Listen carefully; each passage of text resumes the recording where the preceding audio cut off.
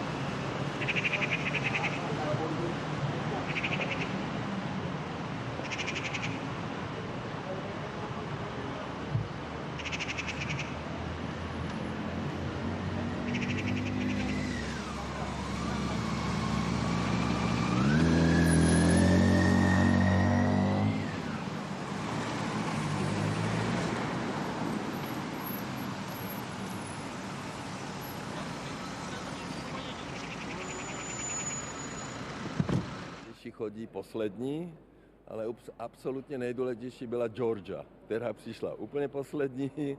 Už tam nebyl pan prezident Erdogan, který vítal všechny, už tam byl jenom viceprezident, tak to byl první moment. No a potom samozřejmě jsme se vítali se všema, hlavně manželky, některé se neviděli dlouho, takže bylo to jako velice fajn a my jsme měli s Monikou možnost mluvit s prezidentem Trumpem. Tak jsme se ptali, kde je Melanie, no tak prezident Trump nám vysvětloval, že samozřejmě pro ní chodit sem na otočku, že ty cesty jsou únavné. Prezident Trump je velice pyšný na Melanii kvůli tomu filmu, který natočila, takže jsme ji pozdravovali. No a potom tam byli všichni, takže já jsem samozřejmě gratuloval norskému premiérovi Haalandovi, protože jsme si psali, když vyhráli, takže no a mluvili jsme se všema de facto, takže potom u stolu jsme seděli se Zelenskými, s námi tam byla dánská premiérka, bulharský premiér, já jsem seděl vedle lotyšského prezidenta Rinkěviče, který má dlouholeté zkušenosti z NATO, takže využil jsem to k tomu. Mluvil jsem s polským prezidentem, jsem se optal, kdy konečně už budeme mít velvyslance v Praze, protože tam mají podobné vztahy prezident a premiér, jak u nás. Tak jo, využil jsem to vlastně k tomu, abych neformálně se s nimi pobavil, takže bylo to příjemné. Bavili jsme se samozřejmě, bylo zajímavé, že Zelenský dostali jmény v bulharštině, jak jsme zjistili potom u stolu, takže neměli v ukrajinštině, takže bylo to o jídle, bylo to o všem možném, ale určitě to nebylo o výdajích na NATO, to určitě ne. Doplňující otázku, jak vypadala konkrétně ta debata s panem Zelenským, jestli máte, můžete k tomu něco blíže říci? My jsme seděli tak, že Monika seděla tady a seděla vedle paní Zelenské a Zelenský seděl, takže já jsem seděl vedle Rinkěviče, takže se Zelenským jsme se bavili o jídle a o tom, že ten jídelníček nebyl v ukrajinštině. Takže Ukrajiny se neptal pan prezident a nepozval vás na Ukrajinu? Ne. Vůbec nikdo nemluvil o výdajích. Já jsem se bavil samozřejmě lotyšským prezidentem o jeho názor. Co je důležité, byl projev Zelenského, který mluvil o tom, že Ukrajina je schopná vlastně zasáhnout všechny ruské rafinérie na celém území a že v podstatě jsou vybaveny velice dobře drony, ale co je hlavní problém, že nemají protibalistickou ochranu a vyzval vlastně Evropu, aby investovala do balistické ochrany, že ty patrioty je potřeba taky mít v Evropě. A všeobecně převládá atmosféra, že vlastně vojensky je třeba donutit Rusko k jednání. No tak uvidíme, jak dneska ty projevy, to už bude vážná debata, že se opakuju na neformální večeři, vůbec nikdo tohle jako neřešil tyhle věci. No. Mluvil jsem i samozřejmě se všema, co tam byli, jsem mluvil. Budete zmiňovat v tom svém projevu i to, jak by měla Česká republika navyšovat výdaje na obranu, i teda v kontextu, že právě bylo zveřejněno podle odhadu NATO, že by Česko mělo mít letos výdaje na obranu 2,01%, tak jak vnímáte tady ty odhady, které jsou teď nově zveřejněné a bude tedy Česko plnit ty 2% letos? Já si myslím, že tento rok 2% vlastně nedosáhneme, protože jsme zdědili ten rozpočet s dírou 90 miliard a my jsme se museli rozhodnout, jestli zastavíme veškeré dálnice a obchvaty nebo navýšíme další výdaje. To, co se dělo na obraně v minulosti, je skutečně velice netransparentní, takže my určitě chceme, aby to bylo transparentní, aby tam nekupovali nějaké podivné kuchyně prodražené. No a na příští rok určitě v rozpočtu budou 2%, bude tam navýšení o 36 miliard, ale doufáme, že teda obrana zásadním způsobem vlastně změní to pořizování toho vojenského materiálu. Můžete tady mluvit o trajektorii toho zvyšování do roku 2035, protože to je jedno z témat summitu, jak Česká republika, ne, že by to byla Česká republika, ale jak ty země členské vlastně dojdou k tomu zvýšení, k tomu cíli. Já chápu Spojené státy, je potřeba si uvědomit, že kde jsme. Spojené státy vydávají ročně 1000 miliard dolarů na zbrojení. 1000 miliard dolarů je 21 500 miliard korun. Jo, takže my, pokud se budeme příští rok někde pohybovat kolem až 200 miliard nebo 194 miliard podle odhadu HDP, tak vydáváme 1% výdajů Spojených států na zbrojení. Oni příští rok chtějí to navýšit na 1500 miliard dolarů, takže jako ta atmosféra je, všichni mluví o válce, všichni mluví o zbrojení a zatím jsem neslyšel slovo mír teda včera vůbec. Ale vy jste sám zmínil, že vlastně tam padl názor, nebo že tam byla určitá strana názor, že vlastně se musí vojensky donutit Rusko k jednání, jste teď řekl. Ano. Tak já se chci ptat právě i v tomto, je asi třeba navyšovat ty výdaje, třeba tedy toto zvýšit a jak vlastně Česká republika, jak vaše vláda toto vnímá, Ale protože... my nejsme ve válce. Ve válce je Ukrajina, které pomáhá NATO a jestli donutíme Rusko vojensky jednání, to já nevím, to ukáže čas. A je tedy v plánu, že Česká republika bude postupně navyšovat ty výdaje na obranu, když příští rok chcete ty 2%, ale v tom roce 35 má být až 3,5 těch tvrdých? To HDP roste, takže my jsme na 2%, nikdy nebyly splněny, takže my je chceme splnit a my samozřejmě potřebujeme peníze i na nemocnice, na zdravotnictví, potřebujeme peníze na navýšení platu policistů. My potřebujeme vnitřní bezpečnost, jo, takže my jsme na 2%, nikdy nebyly splněny, my se o to pokusíme příští rok a uvidíme. Já chápu, že Spojené státy tohle prosazují velice striktně, hlavně, aby jsme nakupovali jejich zbraně. Evropa, Macron vlastně říká zase něco jiného. Tak uvidíme dneska ty projevy. Já budu mluvit jeden z posledních, protože jsme na tom třetí nejhorší. Oni dodržují přesně, tak uvidíme, jaké ty projevy budou. No. Včera s panem prezidentem ohledně toho, jak dneska to jednání Severoatlantické rady bude vypadat, v jakém formátu, i z protokolárních nějakých ohledů. Já nemluvil, on byl na večeři dřív než já, my jsme přišli až potom, já jsem mu podal ruku, ale spolu jsme nemluvili. Ten program URL, o kterém mluvil pan ministr Macinka. To je záležitost pana Macinky, který našel nějaké peníze, které mě byly určeny. Máte konkrétní částku? Nevím, nějaká menší částka je to, které byly určeny pro Ukrajinu, ale jelikož my jsme se zavázali, že nebudeme dávat peníze Ukrajině a budeme pokračovat ty možnosti, tak on ty peníze poslal vlastně na ten program PURL, ale je to jednorázová menší částka, nevím jak velká je. We are finishing. Vůči tomu se velmi ostře ohradil váš koaliční partner, předseda SPD a sněmovny Tomio Okamura. V pátek, tak určitě si to vyříkáme. Jo, mějte se hezky. No. S prezidentem Trumpem, ten tedy vůbec neřešil výdaje na obranu a tak dále, bavili jste se pouze. Trump je stále stejně příjemný a bavili jsme se o Melánii a o filmu. Prosím vás, na večeři nebylo nic o výdajích NATO, nikoho to na večeři nezajímalo. Byli jsme tam s manželkami, bavili jsme se o jídle, o plno věcech, o fotbalu, Haaland, genius a tak dále. Jo. Zazní ta kritika na Česko, že se neplní ty 2%. Čekáte tu kritiku dneska na té formální části? Uvidíme, my obhajujeme plnění výdajů minulé vlády, ale my vystupujeme za Českou republiku, takže určitě Fialovou vládu pomlouvat nebudeme. Jo? Mějte se hezky, na shledanou. Krásný den.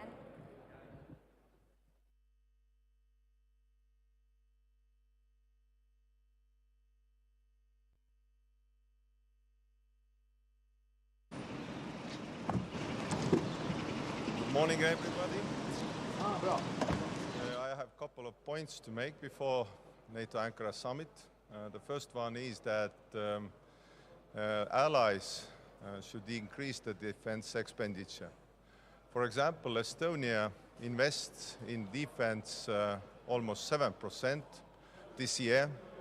So this is also the expectations to our allies that to increase the capabilities and defense expenditure as already promised in Hague.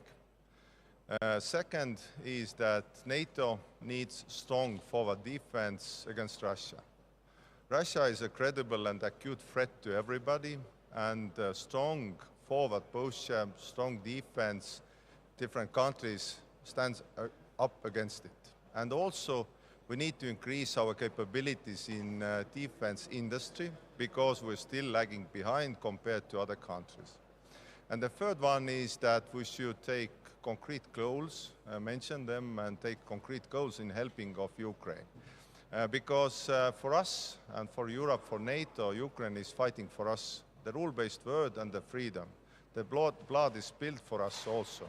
Estonia has taken the commitment to help Ukraine by 0.25% per year, but last year it was already 0.35% because we always add more because we can do more. So I expect this summit also to mention this and take concrete goals. So thank you, and I hope this will be an excellent summit. Prime Minister, do you fear that actually the US wouldn't be there for Estonia despite all the efforts you're making? And could you just tell us a little bit about the threats you are facing on a regular basis from Russia?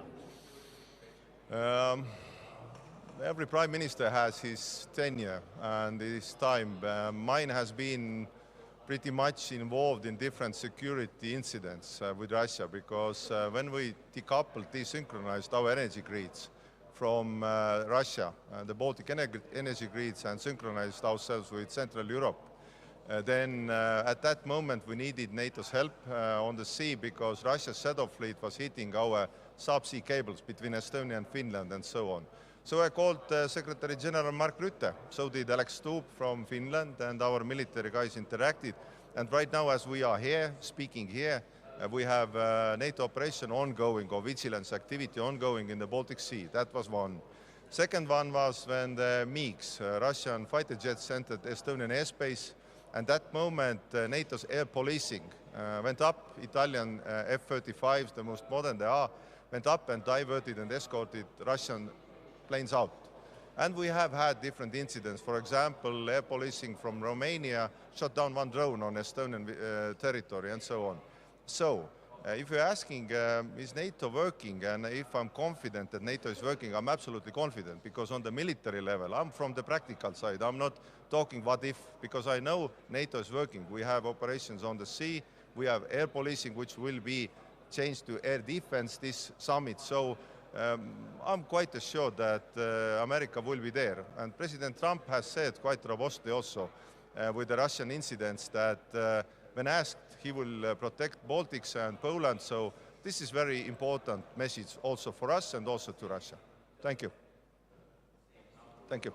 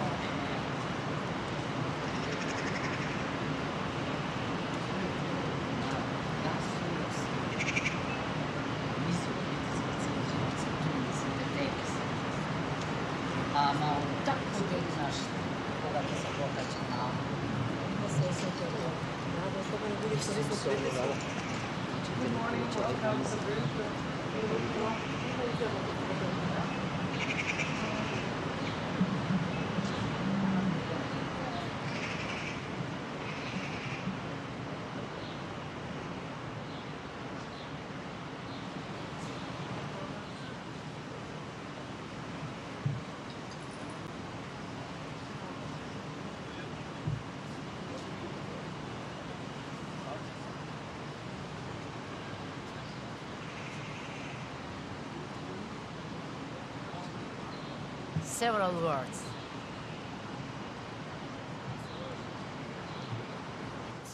More Kantianism than Machiavellism.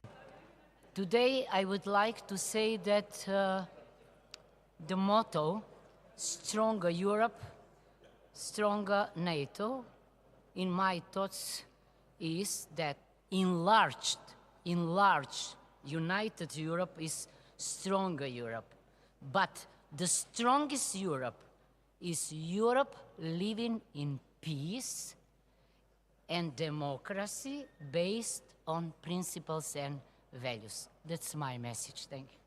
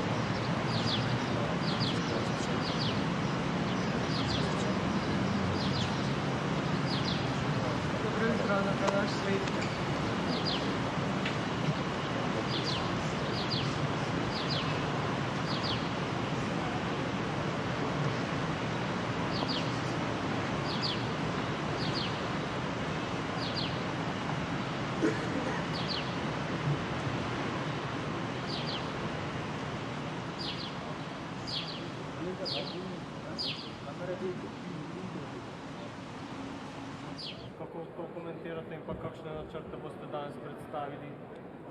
Gospod Rutte pričakuje konkretne načrte.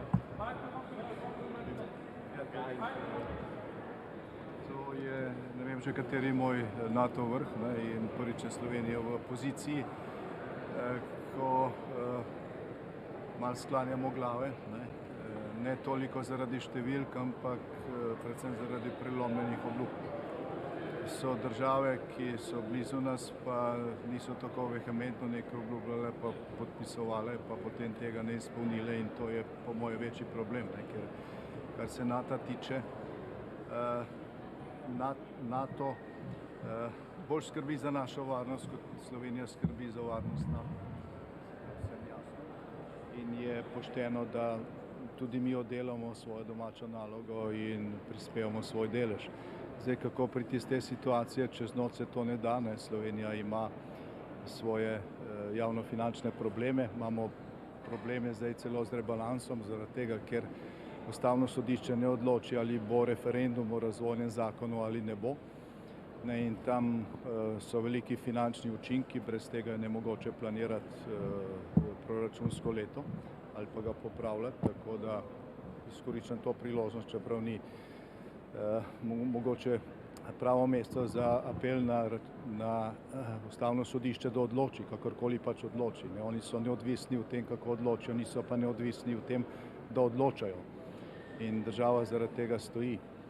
In tudi tega problema glede obrambnih izdatkov ne moremo reševati, dokler nimamo čiste slike. Je pa jasno, da bo neke stvari potrebno narediti.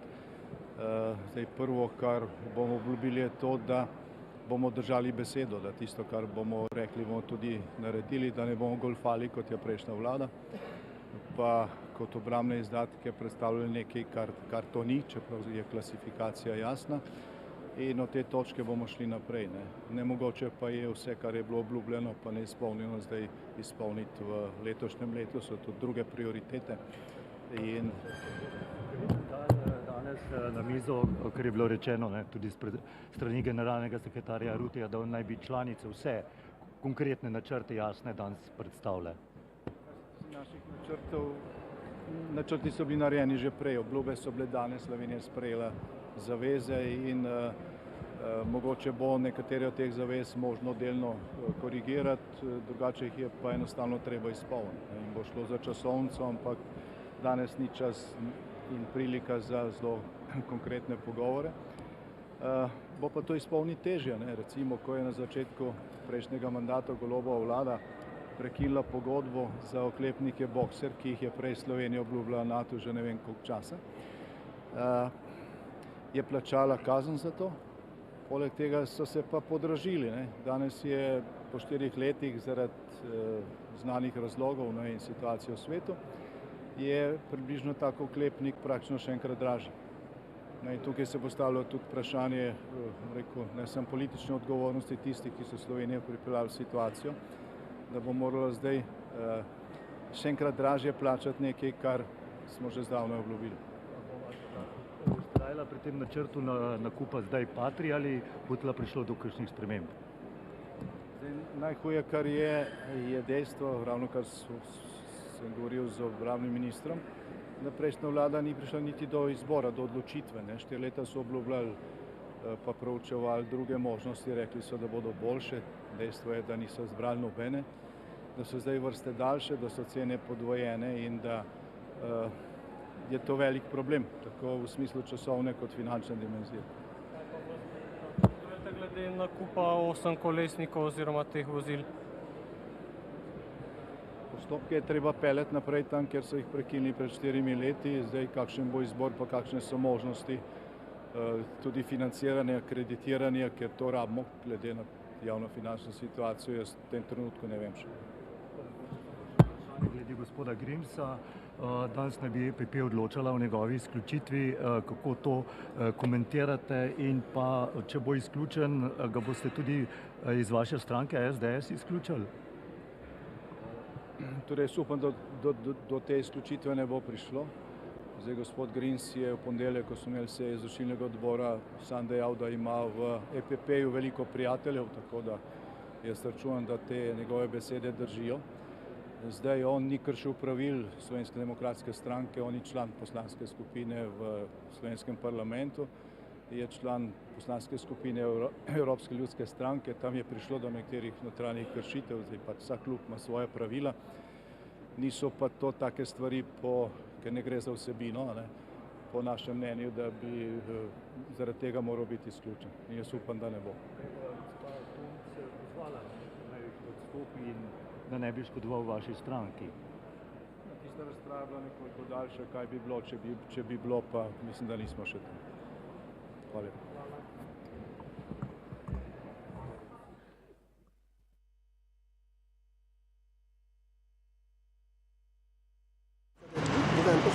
What if we wish to do further documentation activities president?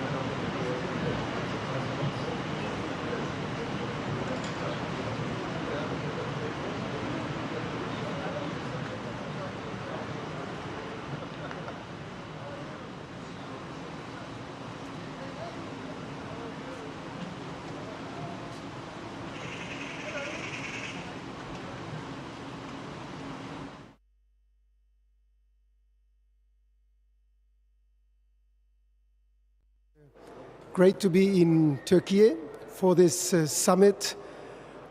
I expect this summit to show the unity of the alliance. We are much stronger if we are together. Since the NATO summit in The Hague, all European nations have increased their defense spending. But what matters now is not just increasing numbers, it's important that we do something with that money that makes us stronger. And that means that NATO needs to have each country specialize in a certain area. For us it is, for Luxembourg it is space, satellites and so on.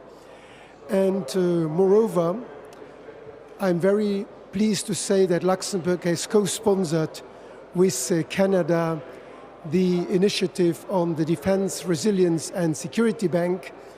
And I think it's very important that next to public finances, we also have private money that goes into defense. And so I think that this new initiative of the DSRB Bank, which will have its headquarters in Canada and the European hub in Luxembourg, will help especially the small and medium-sized industries to also participate in this effort to have a better defense industry. So it will create jobs also without burdening the public budgets. So I think the DSRB is something very important for the years to come. It's now 9 countries that signed the agreement, but there are more countries expected in the coming years. Prime Minister, despite your best efforts, I think that we are more united than sometimes that is reflected by certain statements, because we all realize that if there's a strong transatlantic bond, US, Canada and Europe, we are more united against the threats that are coming from elsewhere, in particular from Russia. Thank you.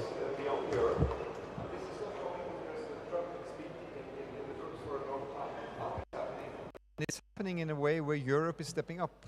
And I think we are doing that in a responsible way. The rhetoric of this leader or that leader, we have to live with that. But if you look at the evidence, Europe is stepping up, not only in the way we spend, but that we spend wisely. We don't duplicate each other, but we spend in capabilities. All of its troops out of Europe. We are woefully undefended, aren't we? Yeah, but I don't see the US pulling all of their troops out of Europe. You know, it happens at times that President Trump is asking, what does NATO bring to the US? And I can tell you from Norway's perspective, a lot. We can demonstrate that what we do in the High North, in the Arctic, looking after, keeping calm, is of importance for our security, but also for the US homeland security. But I would like to say, because we live in a tense situation in Europe, this alliance is a threat to nobody, but it is made in a way that nobody should come up with the idea of threatening us. And that's why the summit is important, to take stock. And I will reiterate again, it is of paramount importance to get a ceasefire and a fair and lasting peace for Ukraine. A Russian spy plane dropping sonar buoys around a British HMS Prince of Wales aircraft carrier. Do you think that even though NATO is stepping up with its weapons spending, it's still failing to deter Russia under the threshold of conventional war, and actually that could ultimately lead to direct confrontation between Russia and the alliance? Well, I think, you know, this is just underlining the need to maintain capacity in the northern waters, that we have surveillance capacity, that we have a modern fleet. The major investment Norway is making in its defense will be in its navy. And we do that in very innovative cooperation now with our British allies, with our Canadian and German allies.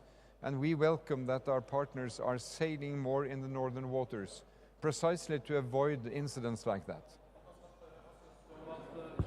Igjen ønsker å overta Grønland og sier det I går. Nei, jeg sier det samme som tidligere. Jeg tar avstand fra den type uttalelser.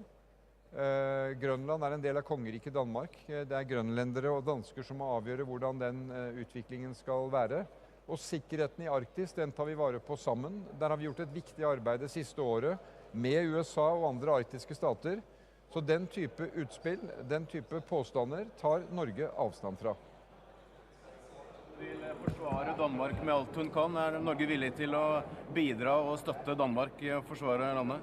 Vi støtter Danmark, og vi støtter stabilitet I Norden. Der det avklarte grenser, avklarte forhold. Og selvfølgelig så har Danmark som vår nordiske og europeiske og NATO-partner vår fulle støtte. Thank you.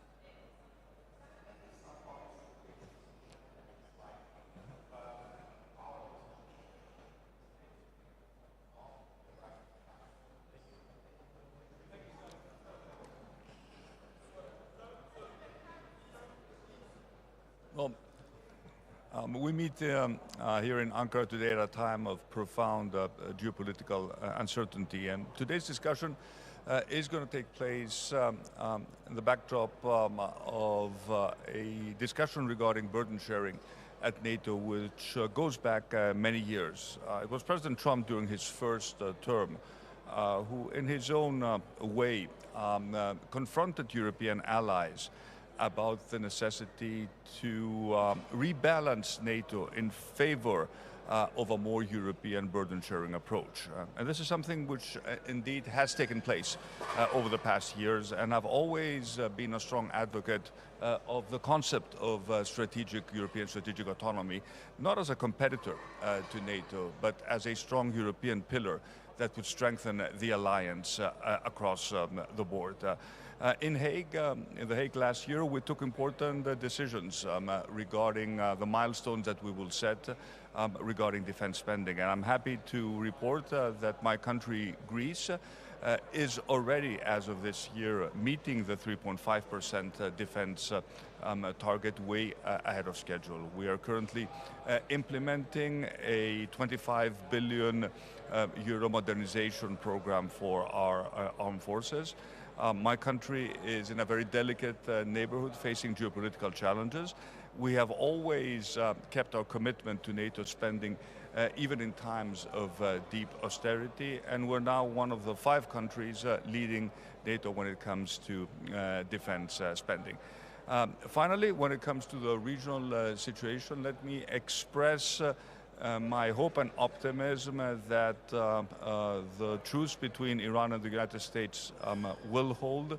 It is critical to give diplomacy time to resolve this thorny issue, and at a time when the cost of living is the #1 priority for all European governments, we of course all hope that we will not have a new increase in tensions that will lead into a further increase in the price of oil.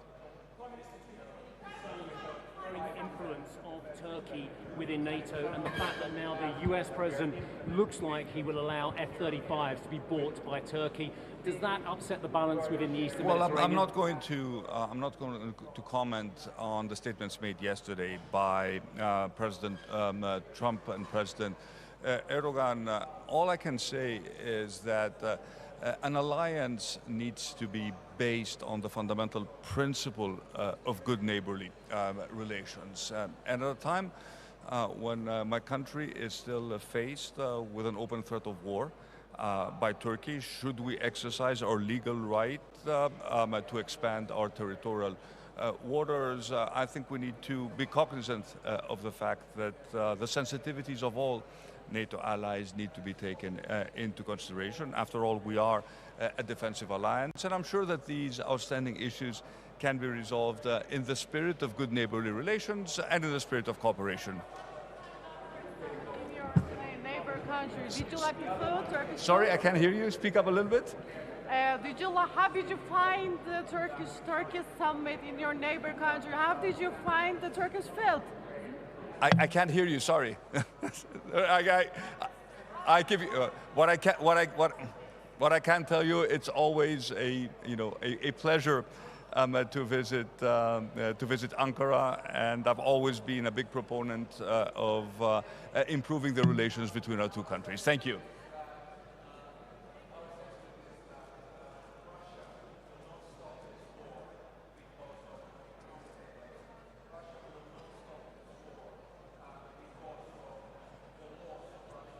Good morning. It's great to be here in Ankara for NATO summit, and I think it's going to be very important that we reaffirm our commitment to 5%. Latvia is spending already 5%, and I will call on all my colleagues to do the same.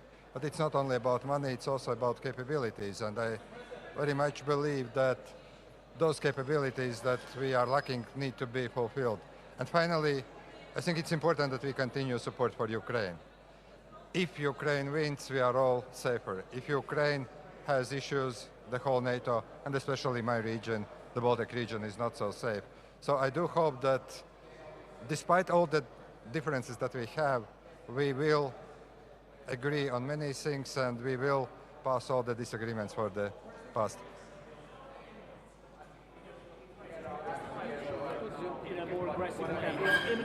from Russia towards your country at the moment, sir? Frankly, I think that we do not expect any military attack like we saw it in Ukraine. What I should remind that we are actually under the permanent hybrid attack. And also what we need to remind to the world that it is very important that we address the shortfalls that we have. Air defense systems, anti-drone systems, but when it comes to the hybrid warfare, we need to be prepared. At the same time, what I'm noticing is also that Russia loves that we are scared. So what is important, that when we speak about any kind of threats against the eastern flank, we also need to say that NATO is going to stand behind, that if we say that there is going to be an attack, then we also need to say that we will fight. Latvia is going to fight, our neighbors are going to fight, but also the whole NATO is going to fight. Thank you. Trump is still being rude about his European allies, talking about Greenland, saying he might pull US troops out of Europe, even after allies have stepped up over the past 12 months. I think that we have discussions and disagreements on some things. But what is important? Number one, that President Trump is here. Number two, that we have been able to agree on 5%, as I said, and we are spending. It is also very important that we discuss issues both in public but also in private. From our perspective, I would say that we see that we need to step up European effort, but it takes time. So the United States is indispensable ally. We need United States, but also United States need Europe. And I think that even when we discuss Iran or any other issues, we have seen that United States needed Europe, and also Europe needs the United States to secure eastern flank to help Ukraine. When it comes to Greenland, our position is very, very clear. And we see that Greenland is indispensable part of Denmark, but also we agree that we need to step up also the Arctic security, and that is something that NATO is prepared to do. And I would very much back also both the security of Arctic, but also Latvia is ready to contribute to the stabilization of Hormuz Straits, and we are working with the United States and with like-minded nations there. So you can find deals, and sometimes rhetoric helps to move faster than probably we would do that under different circumstances. NATO is not doing enough to support him in the air war. What more can NATO do? It's a very easy answer, but probably it's very difficult to fulfill. We simply need to send more air defense missiles and equipment. And I think that Ukraine is doing great when it comes to air defense against drones, electronic warfare. But what we see, Russia still has advantage when it comes to ballistic and cruise missiles. And that is where the decision that I hope we will be endorsing later today about the next financial package for Ukraine will address that issue. But I think that answer is very easy. We should send more.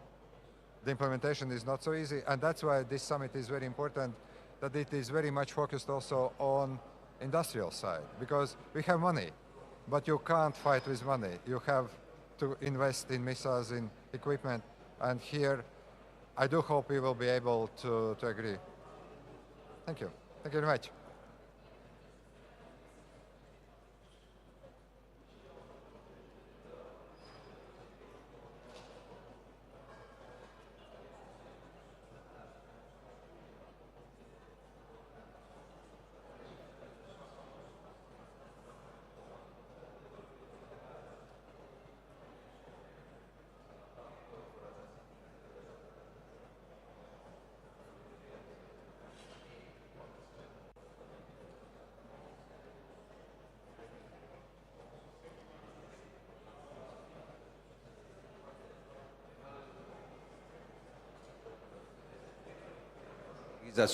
Et des pays européens. Je le déplore.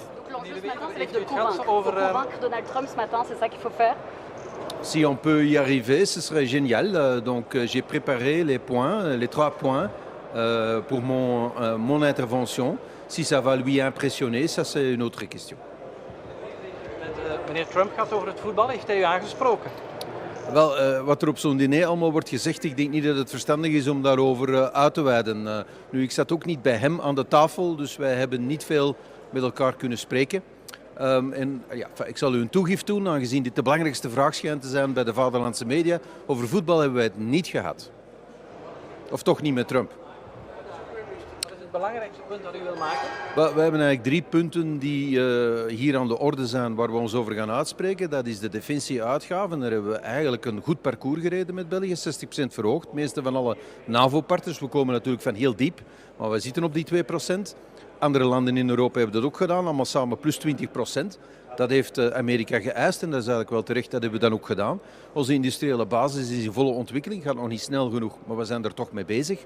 En ten derde, de steun voor Oekraïne. Ik dacht dat we daar terug in een goede vibe zaten. We gaan 2 keer 70 miljard toekennen aan Oekraïne, militaire steun. Dus ook een heel sterk een rode kaart aan Poetin. Een rode kaart dat kan je niet zomaar terug intrekken, dat weet u. Dus dat zijn 3 heel positieve zaken op deze top. Helaas heb ik wel vastgesteld dat er weer alle andere thema's worden gebracht die ons niet tot eenheid brengen. Over die bombardementen over Iran? Wel, dat zal dus ongetwijfeld ter sprake worden gebracht. Zo heb ik het begrepen bij de inleidende commentaren van de Amerikaanse president. Maar dat is natuurlijk iets waar we het niet over eens zijn, dat weet iedereen. Bovendien is dat eigenlijk geen NAVO-materie. De NAVO, artikel 5 zegt, word je aangevallen, dan gaan we ons allemaal samen verdedigen. Het artikel zegt niet dat als je zelf beslist, eenzijdig, om een ander land aan te vallen, dat alle andere partners daaraan moeten meedoen. Dat is niet de geest van de NAVO. Als dat wordt verwacht, dan is dat eigenlijk niet terecht. Bijvoorbeeld in de straat van Hormuz is voor een land als België met havens toch wel erg belangrijk. Ja, maar dat is een andere zaak. De gevolgen van zo'n conflict die zijn voor de wereldwijde economie zeer groot. Er is een initiatief van de Fransen en de Britten om te zeggen wij moeten trachten die vrije wereldhandel te herstellen en in de straat van Hormuz desgevallend optreden. Daar zijn 2 voorwaarden. Dan moet het kinetisch conflict gestopt zijn. Dus de oorlog moet gestopt zijn, enerzijds. En anderzijds moet er een internationaal mandaat zijn. Gisteren hebben de Britten en de Fransen eigenlijk een verklaring uitgestuurd zeggende dat ze in de territoriale wateren van Oman die voorwaarden als vervuld beschouwen. En dat ze dus overwegen om in actie te treden. Dus die vraag zal ook naar ons komen. De middelen die wij hebben, die zijn zeer relevant. Ontmijning, of wij die daar zullen inzetten. Zijn die voorwaarden voor u ook vervuld? Wel, dat zal uiteindelijk een regeringsbeslissing zijn. Maar natuurlijk, dat waren dezelfde voorwaarden als die de coalitie heeft gesteld. En de 2 leidende partners zijn Frankrijk en Groot-Brittannië. En zij laten ons weten dat ze toch overwegen om in de territoriale wateren van Oman in actie te treden. Van Defensie van ja knikt. Ik wist niet dat hij in de achtergrond aanwezig was, maar als hij ja knikt, dan wie ben ik om dan nee te zeggen? Dus ik heb voor alle duidelijkheid ook die indruk, maar ik ben voorzichtiger van aard. Dus ik weet dat dat ook een regeringsbeslissing vergt, maar dat lijkt mij de logica der dingen. We zitten in een internationale coalitie, dat is vervuld. En in de territoriale wateren van Oman de scheepvaart vrijmaken, dat is voor de wereldhandel van levensbelang en dus ook voor ons. Meneer De Wever, wat vindt u van die bombardementen van de afgelopen nacht? Is dit het einde van het staakt het vuren? Ja, dat is altijd heel moeilijk om te zeggen. Hè. Het is een zeer grillig verloop van verklaringen die hoopgevend zijn, naar acties die het veel minder zijn. Het is bijna onmogelijk om dat te volgen. Ons belang is dat dat conflict stopt. Want dat lijkt nergens heen te gaan en voor de wereldeconomie is dat een zeer, zeer zware last. Zeker voor onze economieën die afhankelijk zijn van de invoer van fossiele brandstoffen en geen eigen productie hebben, is dat een bijzonder, bijzonder zware last. Wat is de tegenstand in uw eigen coalitie over de inzet van de mijnenjager? Als de voorwaarden vervuld zijn, verwacht ik mij aan geen tegenstand. De vraag is natuurlijk met alles wat er gebeurt of die voorwaarden vervuld zijn. Dat is een afweging die we zullen maken. Maar men zal naar ons kijken, want mijnenvegen is nu toevallig wel de specialiteit van het Belgisch leger, de Belgische marine in het bijzonder. En dus wij hebben belangrijke capaciteiten die we daar zouden kunnen inzetten. We hebben de mijnenveger strategisch gepositioneerd. We hebben uiteraard ook capaciteiten onder water om ontmijning te doen. Dus als de coalitie in actie treedt, lijkt het mij logisch dat wij zullen meedoen. De vraag is natuurlijk met alles wat er gebeurt of dat zo zal zijn. Dat weet ik niet.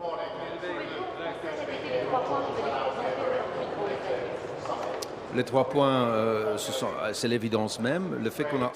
With the ongoing conflict in Ukraine and recent developments in the Strait of Hormuz, there's a lot of really important issues for us to discuss and agree on action coming out of this summit.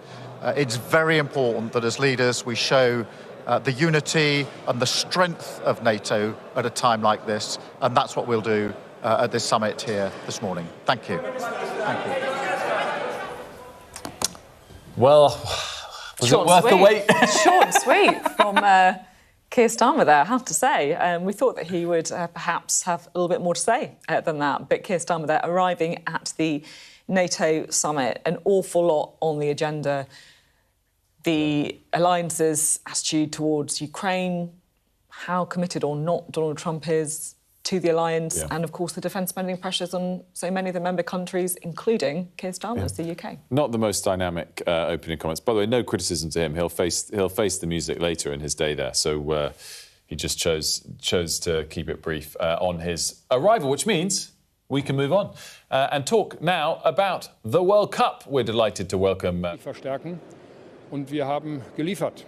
Wir haben in den meisten Mitgliedstaaten der Europäischen Union und in der NATO die Verteidigungsanstrengungen erheblich verbessert. Wir werden darüber heute sprechen und wir werden die NATO europäischer machen, damit sie transatlantisch bleiben kann. Ein Beispiel dafür ist die Verabredung, die wir gestern getroffen haben zwischen Kanada, Norwegen und Deutschland über die Zusammenarbeit im U-Boot-Bau. Ich will die Gelegenheit nutzen, Mark Carney und Jonas Dore sehr herzlich zu danken für die lange vorbereitete Entscheidung, die wir gestern öffentlich gemacht haben über den U-Boot-Bau und die gemeinsame Beschaffung. Das wird uns auf Jahrzehnte miteinander verbinden im gesamten Raum des Atlantiks. Die Verteidigung wird auch aus dieser Sicht heraus sehr viel europäischer und sehr viel intensiver. Wir werden heute über weitere gemeinsame Anstrengungen sprechen. Ich bin mir sicher, dass wir von Ankara aus einen neuen Geist in der NATO haben werden, der die NATO stärker macht, der die NATO geschlossener macht. Und wir werden natürlich auch über die Ukraine sprechen. Wir werden der Ukraine weiter helfen. Wir haben ja auch eine gemeinsame Initiative in Europa auf den Weg gebracht für die nächsten beiden Jahre, 2026 und 2027, die Ukraine mit jeweils 70 Milliarden Euro weiter zu unterstützen. Es liegt jetzt ausschließlich an Russland, diesen Krieg zu beenden. Und dafür werden wir heute noch einmal auch alles tun, um das zu erreichen und auch eine klare Botschaft an Moskau richten. Russland hat keine Chance, diesen Krieg zu gewinnen. Sie werden die Kriegsziele nicht erreichen. Und je schneller wir diesen Krieg beenden, umso besser ist es für Europa, umso besser ist es für Russland und umso besser ist es für den Frieden in der Welt. Herzlichen Dank.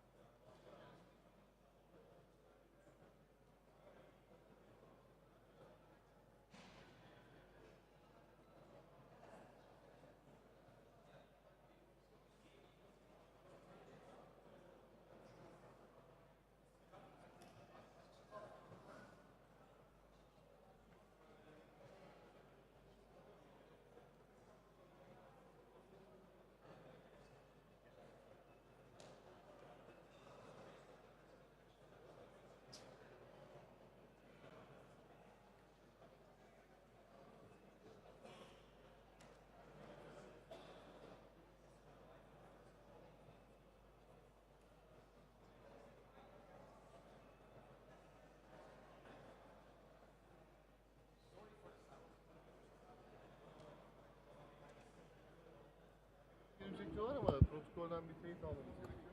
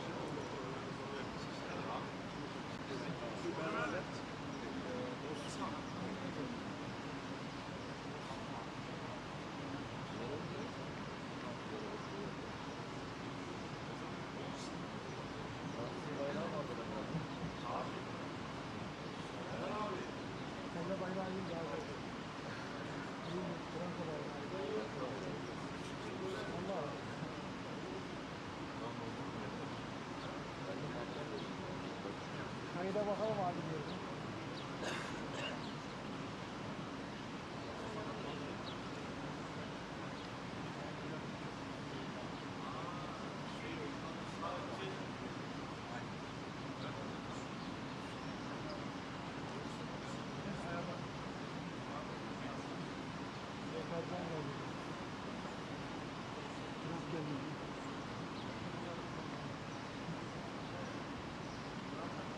NATO üyesi olan adamlar.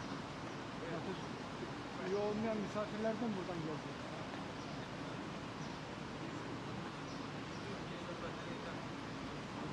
Güney Kore var, Ukrayna var.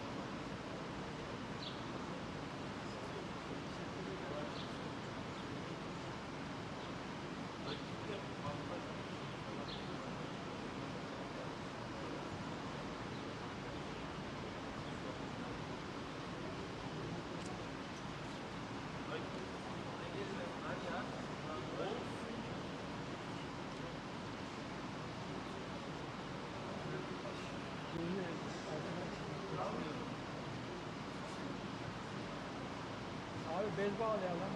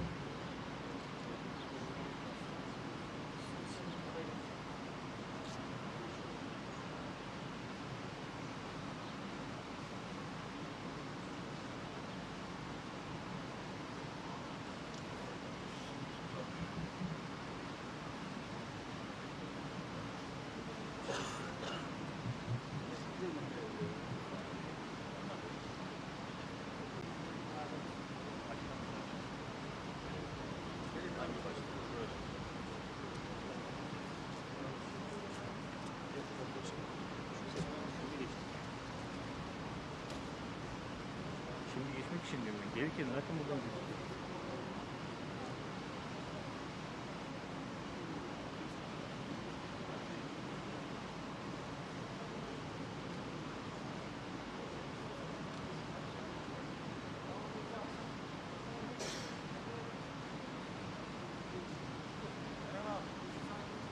Abi Harun bir saat nefes tutacak burada siz sonra kendi aranızda dönüştürün.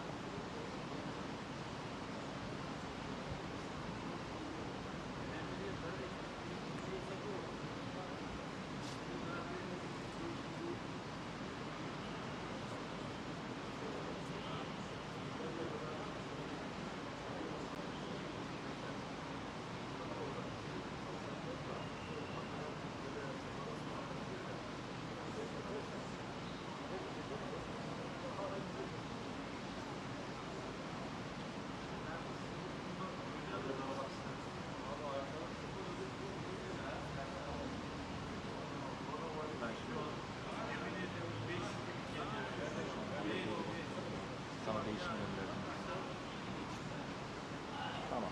Bekle. Orada bekle. Abi onun mu dedi? Onun mu dedi? Onun mu baksın? Bilmedim. Beyefendi.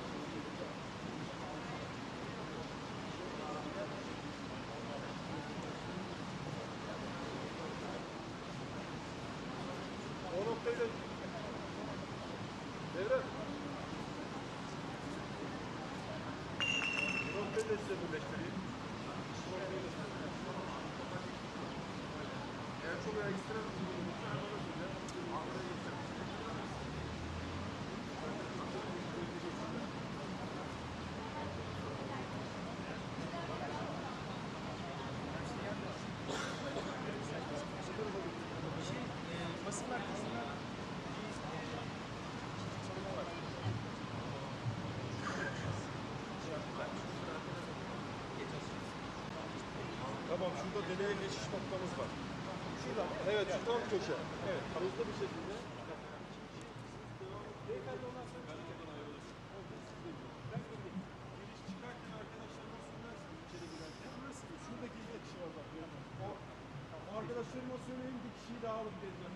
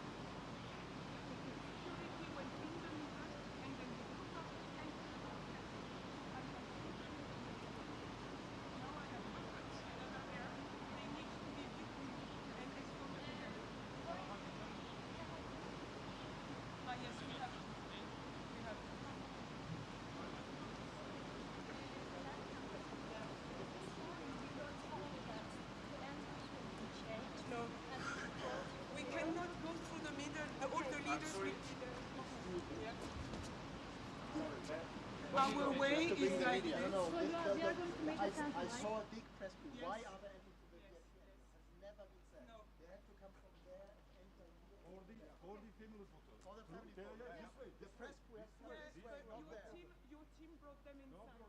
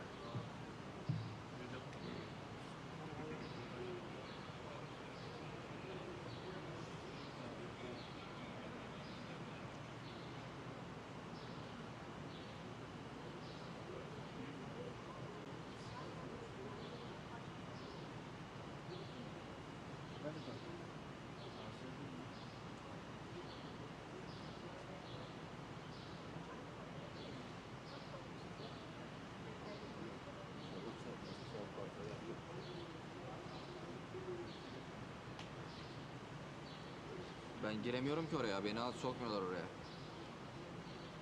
Yok.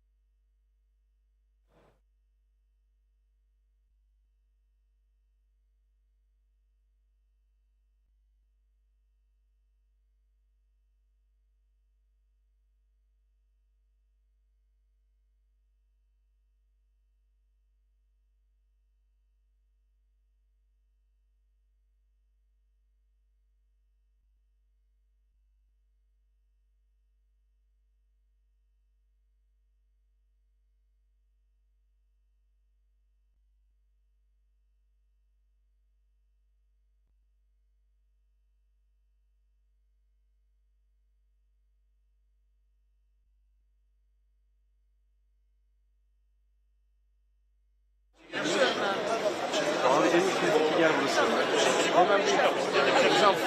hocam geldi mi? Neredesin? Şu an şebeke var. Şebeke sadece bir Vodafone tarafıyla bir görüşelim. Güzel de bize nasıl bir yardımcı görüşeceğiz abi? Konuşalım şeyler falan var. Ona giren bir şey var. Nasıl var? Sinan Bey nasıl?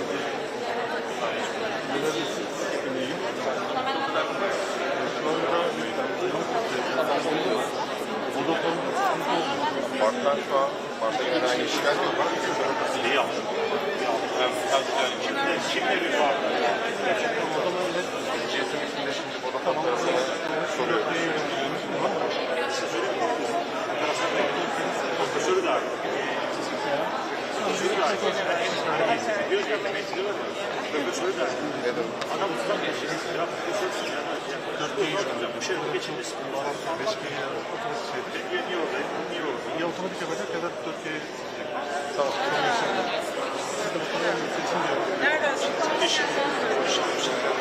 İşte elde ediyordu. İşte böyle biz onların yeni 4 günde buradayız. Bana söylese onlar geldi. 8 günde kurban mı geldi? Aynı şey daha isteyen yeri geçsin zaten. Şey çıkarsa Sistemde verim modunda 5 yer var. Sabah sonra test ve verimler. Buradan şey var zaman.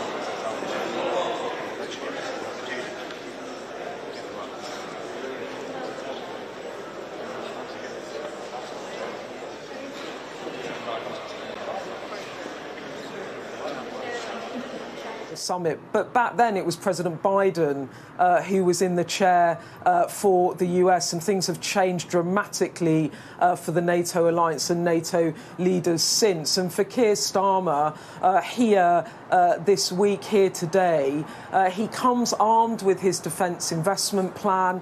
Beth, forgive us, we just want to listen to President Trump, and we'll be back with Beth and Deb in a second. So it's been a fantastic meeting. So I'll be having a news conference after we're finished it at about 4:30, 5 o'clock. And I assume most of you will attend. But a lot of things have been determined, and some things haven't, frankly. We attacked very powerfully last night the very dangerous people from Iran. They're sick. There's something wrong with them. We said, go and do your funeral stuff, and instead of that, they start shooting rockets at ships yesterday. And so we hit them very hard last night, very hard. I would say 20-1, 20 times tougher. And I told them, every time you hit, we hit. And of course, they're dirty players, so they go after everyone, probably including me. I've been #1 on their list for years. And they're a bunch of scum, you want to know the truth. They're scum. And so we don't like them. I don't like them. And they're evil people, and it's the denuclearization of Iran. And we're going to denuke it. We're not going to let them because they're crazy, and they can't have a nuclear weapon. And they go around killing people. They've killed thousands and thousands of our soldiers. They've killed hundreds of thousands of innocent people. They had the roadside bomb, Soleimani. I took care of him, first term. And that was a big thing, because I think he probably would be a lot stronger had he been around, because he was a bad guy, but he was an evil genius, but a bad guy. And he was the father of the roadside bomb. The roadside bomb is a bomb that goes on when you're driving your little vehicle around, and it goes on and you have no legs, no arms, and no face. And they've killed thousands and thousands of people. Even the SS Cole was theirs, if you remember that disaster. So I don't like them at all. And frankly, I think we waste a lot of time with them. I think we should just do our business. Can you imagine? They start shooting bombs, actually missiles at ships yesterday. Saudi Arabia, Kuwait, a couple of others. And I don't think they know what the hell they're doing, but they're bad people, very bad people. I think they're incompetent, by the way, because if they were competent, they would have made a deal a long time ago, like, how about 47 years ago? So they've been in trouble for 47 years, and we took out their first set of leaders, we took out their second set of leaders. They want to take out the U.S. leader, me. I'm on every list. I saw things this morning. I'm on every single one of their lists. And so far, I guess I've been a little bit lucky, but that maybe doesn't last very long, because that's the way it goes. But we have great people. But these are evil, sick people, and we have to rid their cancer. Their cancer. And you know what you do? You got to cut out cancer early. Man, that's the way I feel. And I want to thank Mark. He's been a great Secretary General of NATO. I'm not happy with NATO because of what they did with Greenland. And I'm not happy with NATO because of the fact that they didn't want to help us with the #1 state sponsor of terror. That's Iran. They were unwilling to help us. Now, in all fairness, I didn't speak to Mark about it. I think if I did, it might have been different. But we didn't need help.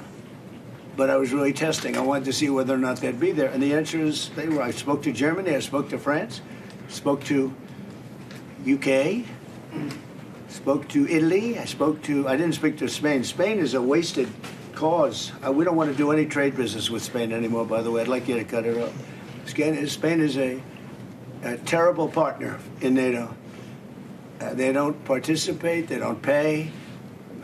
I don't want anything to do with Spain. Cut off all trade with Spain, please, including visits. Okay, we don't want anything to do. Watch them come running back. Oh, they'll come running back. They treat this man terribly, and this man's a good man too, great man. They're lucky they have him. But Spain doesn't agree to anything, and you shouldn't carry him. I mean, you sort of automatically carry because you're protecting an area, so they're there. So they probably figured they have to protect us, right? But we don't have to, and we don't have to trade with them. I don't want to do any more trade with them. All right? Yes, sir. Take it immediately. You don't even talk to them. They're hopeless. Bad people, because, you know, they have everybody else going and paying and working. In particular, Spain. There are a couple of others, but in particular, Spain. They're open about it. They're hostile about it. And let's see how hostile they remain when they call up and they, please, please, we want to trade with you, sir. We want to trade with you, sir. They make so much money with us, and we're going to see that they make a lot less. I want no business with them. So, other than that, we're having the big meeting in a little while, and I'm going to relate my problems. Greenland is a big problem for us, and the other big problem is the fact that when we wanted them, we didn't want them badly, but we did say, if you want to join us, and they all said no. But when they could have, they weren't there for us, and we've been there for them. We spent over $1 trillion over the last short period, $1 trillion, in order to protect these countries from Russia, and has nothing to do with us. We have an ocean, but it's been a long-term thing, and they haven't treated us right. And Mark understands that. He understands that. And we're going to work something out, I think, one way or the other. But we've been treated unfairly. We pay disproportionately. We had a time when we were paying 100%. We were paying 100% of NATO, and yet a lot of the countries weren't paying anything. But there was calls made a few weeks ago. I spoke with UK, and the Prime Minister said, well, we don't want to help you now, but we'll help you when the war's over. I said, that's not good. And likewise, I spoke to Germany. They didn't want to help. Spoke to France. They didn't want to help. Nobody wanted to help. Some of the very small countries wanted to help because they're the most vulnerable. I mean, that's the only reason they wanted to help. So I appreciate you being here. We're going to be going back together, many of us together. And again, I want to say, despite the fact that I'm very upset with NATO, that we pay far, far too much, billions and billions of dollars too much, because it's unfair, because we're protecting them. So we protect them, but they're not there for us. Think of it. It doesn't work. But I want to say this is a great leader. They're lucky they have him.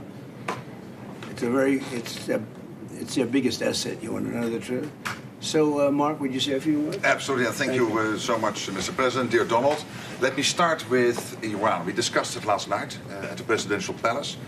I think what you did, degrading the nuclear capability, crucial for Israel, the region, for Europe, degrading the ballistic missile capability of Iran, crucial for Israel, for the region, for you, for the whole world. And then trying to bring this to a peaceful end. They attacking ships yesterday. I think what you did last night was absolutely necessary.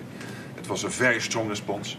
And I'm with you on this. It's really important. When it comes to NATO, what you have achieved, and this is a huge win, and I just want to say this again, the last 2 years, Canada and European NATO nations spending $215 billion more in 2024 and 2025 and 2026 compared to 2024.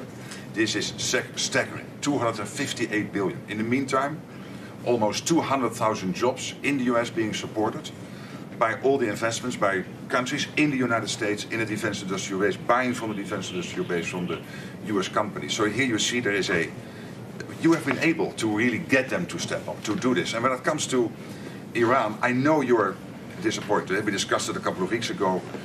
I would say these are isolated cases. 5,000 planes taking off from European airports in support of Epic Fury. It was Europe as one big platform of power projection for the United States, helping with Epic Fury, including countries you mentioned, Germany from day one, France, and many others. We discussed the Bucharest airport, which was closed for a couple of days for commercial traffic because you needed it for Epic Fury, and they were totally United fine. Kingdom wouldn't let us use the island for 2 weeks, so we had to fly back. No, so I'm saying you're right. There are isolated and cases. Italy was very bad, having to do with their bases, as you know, and a couple of others. So But still, generally, 5,000 is huge. And you mentioned Spain. Even you got Spain to pay 2%.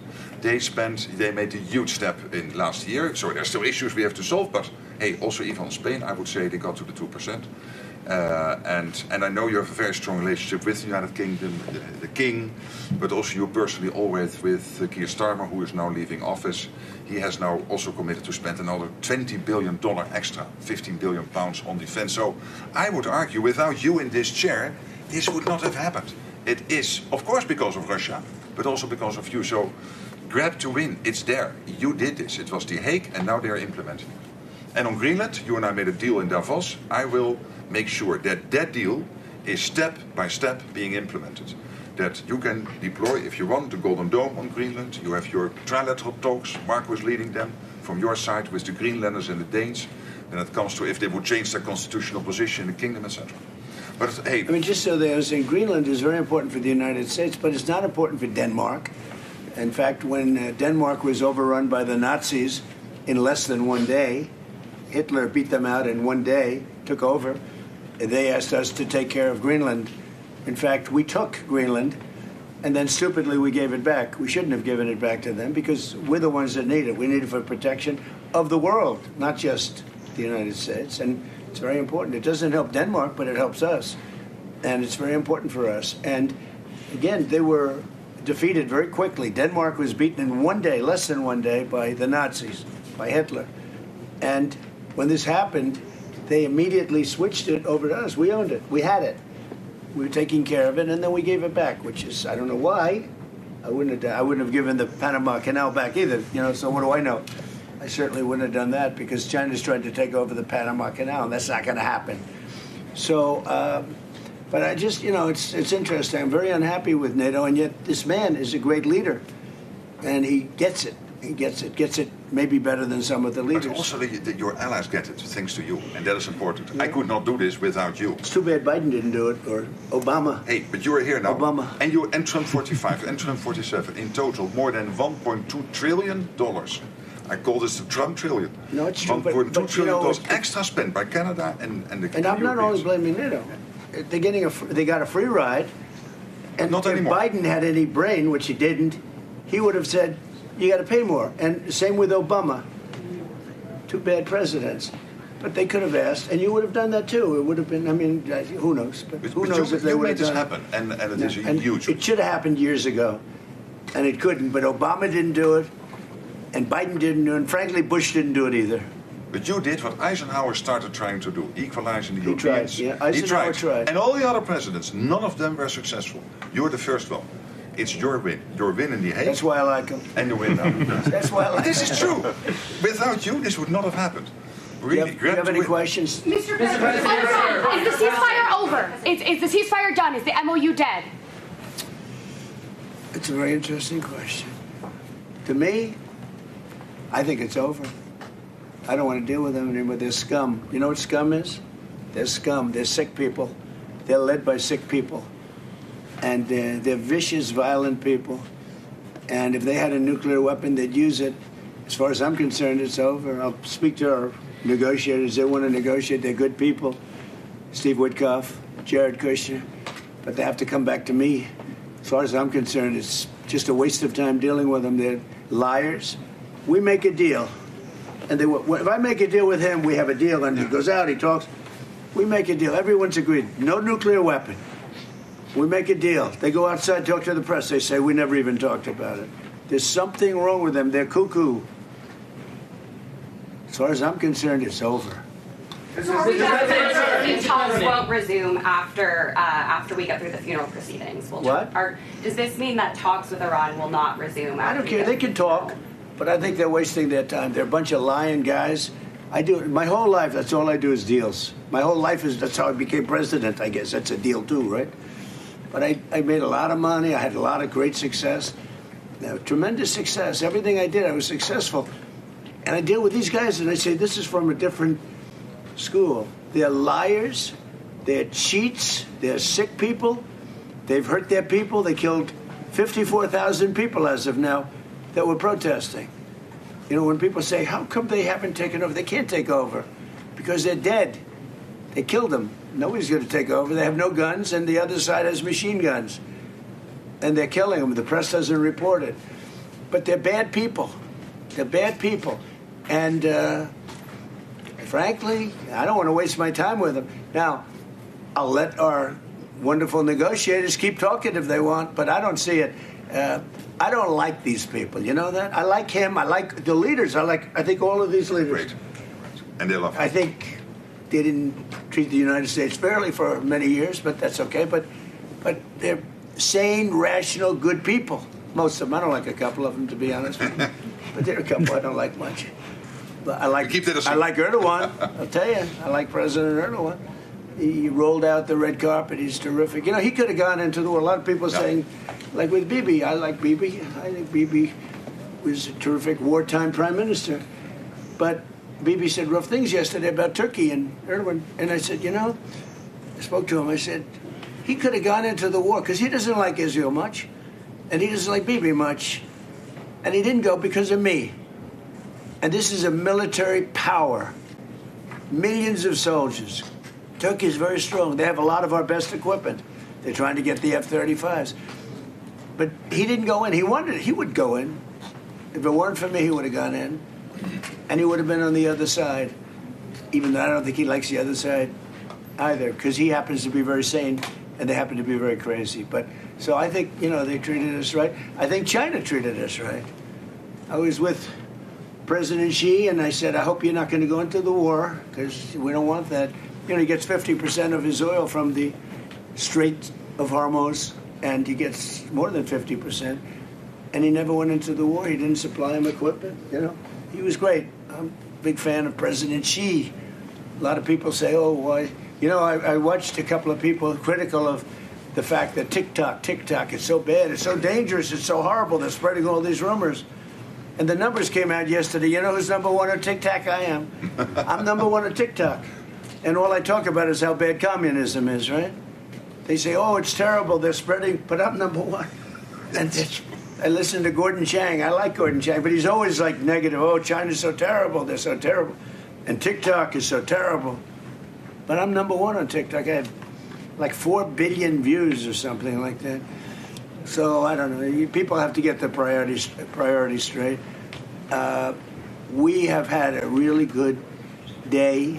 We're going to have another good half a day, and then I'll see you later. We'll talk to you. Thank you very much. Thank you. Thank you. Thank you, guys. Thank you, press. Thanks, guys. I also will do a press. Thank you, guys. A lot to come from that brief press, well, I guess it wasn't that brief in the end, conference between Mark Rutte and President Trump. Perhaps the headline, a question there at the end towards the memorandum of understanding between the US and Iran following 24 hours of significant exchange of fire between the two countries. He was asked if he thinks the MOU is over, and he said, I think it's dead. As far as I'm concerned, it's over, adding to quite a significant exchange as well on the nature of NATO and the relationships, of course, that exist between the different countries. Yeah, let's bring in Beth and Deborah, who've been listening across. Deborah, to you first. What do you make of what Donald Trump said?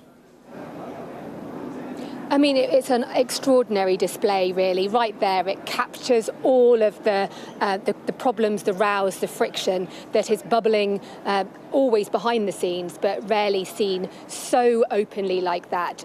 Donald Trump's clear fury. Of course, he's very much focused on Iran, principally, given the exchanges overnight and what he has just said about the Iranians, in his words, being scum, liars. He doesn't want to deal with them, clearly making the case that there's potentially going to be more military action. And then linked to that, intrinsically linked to that, is this absolute fury with the UK, France, Germany, other NATO allies who, in Donald Trump's mind, didn't step forward and support the US when they're in their fight directly against Iran. It's something that he has criticised the allies over repeatedly. But the fact that you have now, once again, live fire between the US and Iran, it just raises the level of that crisis right to the top of the agenda, just at the moment when Mark Rutte is wanting this whole summit. The next few hours will be leaders locked in a room talking about NATO priorities,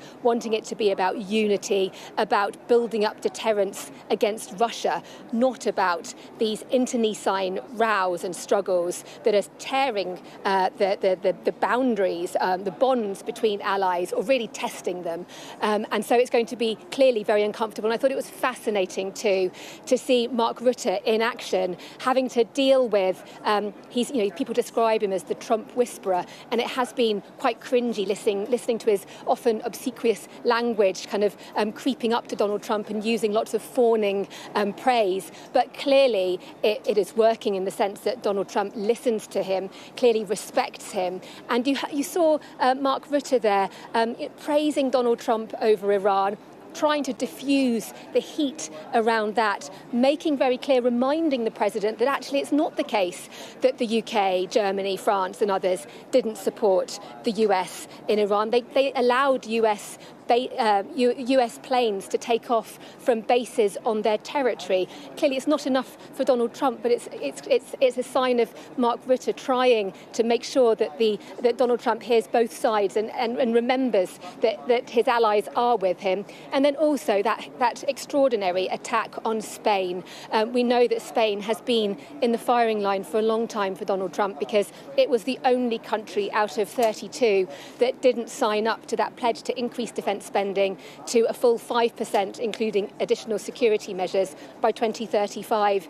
And you had Donald Trump there just basically saying he's severing all trade ties with Spain, and also suggesting, I thought, whether or not he might be willing to defend Spain were it to be caught up in any kind of attack. Clearly, that undermines the entire principle of the NATO alliance when an attack on one is an attack on all. And again, Mark Rutte stepping in, trying to calm the waters, reminding Donald Trump that Spain is spending more on its defences, and also standing up for the UK too, because the UK Prime Minister also again attacked by the US President. So I think it really does set the scene for what we're going to, more fireworks later from Donald Trump, more valiant efforts, frankly, by Mark Rutte to keep this show on the road.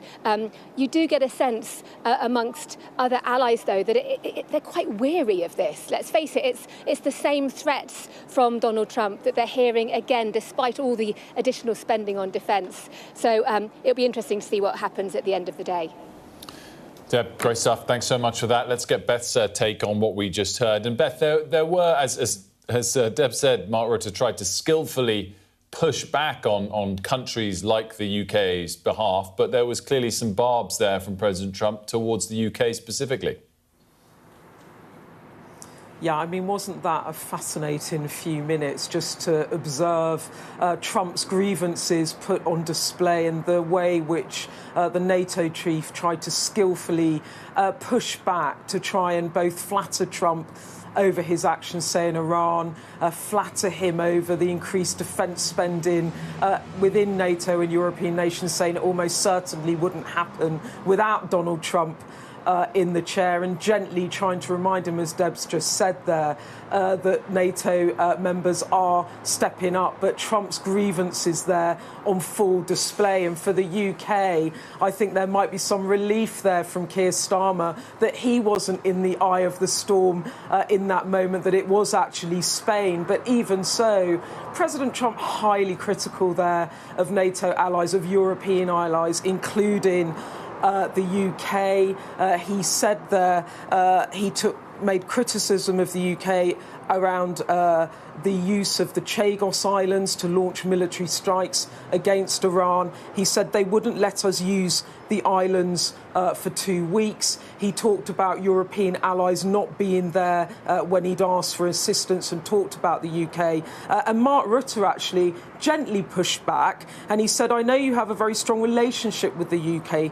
He referenced the King, not the Prime Minister, the King. And he said, I know that you have always been personally involved as well with Keir Starmer. And then Rutte made the point that the UK had just committed another $20 billion, that £15 billion on the defence investment plan to defence spending. And he said to Donald Trump, I would argue, without you in this chair, that would not have happened. So again, trying to placate Donald Trump. But as I was saying, after this meeting, he goes into a round table with allies. His grievances there on display.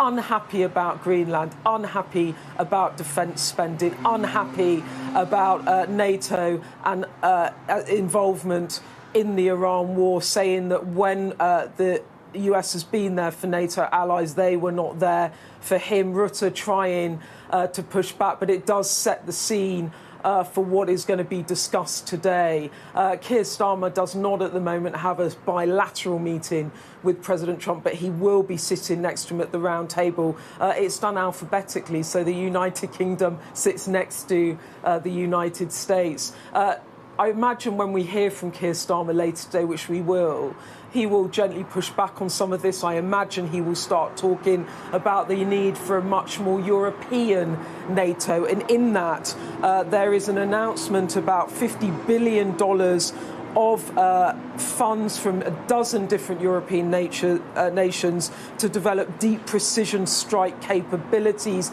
That is to help Ukraine. So I think a lot of the argument here from European leaders is about how they are trying to step up. As the US clearly indicates, it wants to step back from NATO, step back from European defence to focus on some of their priorities, which is much more looking towards Southeast Asia. Beth, great stuff to Beth and Debs. Thanks very much. Clearly a difficult environment for the outgoing Prime Minister and all European leaders, NATO leaders, to navigate. How would Andy Burnham handle things? Let's talk about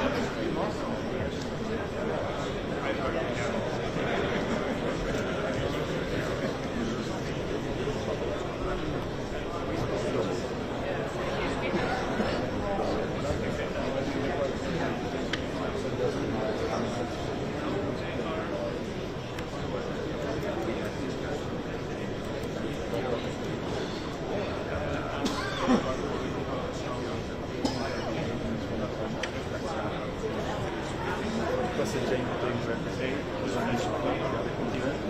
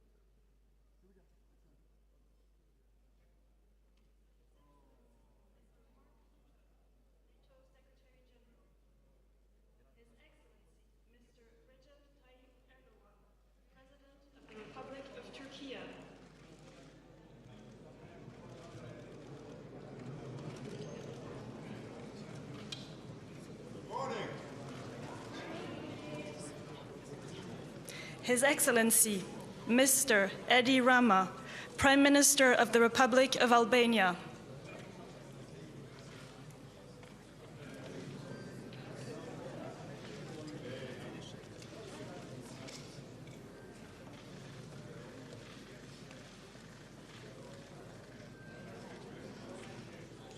His Excellency, Mr. Luis Montenegro, Prime Minister of the Portuguese Republic.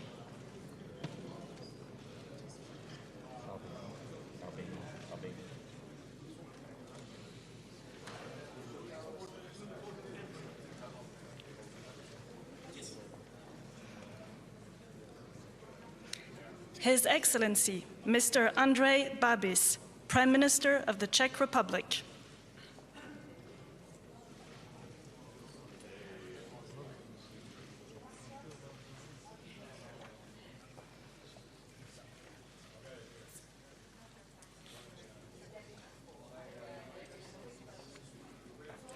His Excellency, Mr. Peter Pellegrini, President of the Slovak Republic.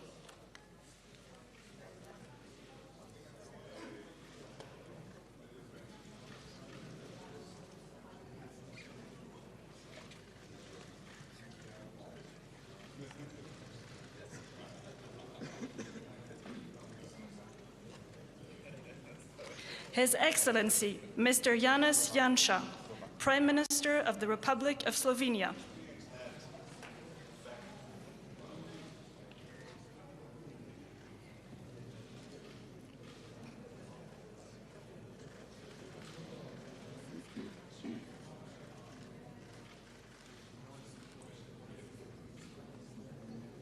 His Excellency, Mr. Ulf Kristersson, Prime Minister of the Kingdom of Sweden.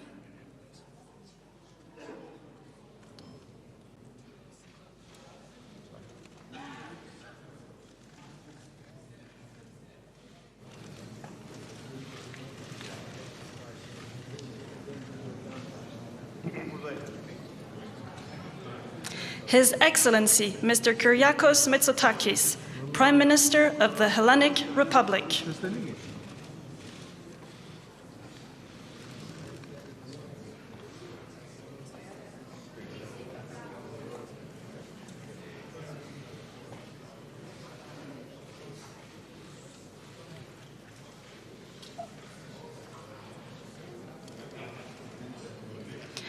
His Excellency, Mr. Nicușor Dan, President of Romania.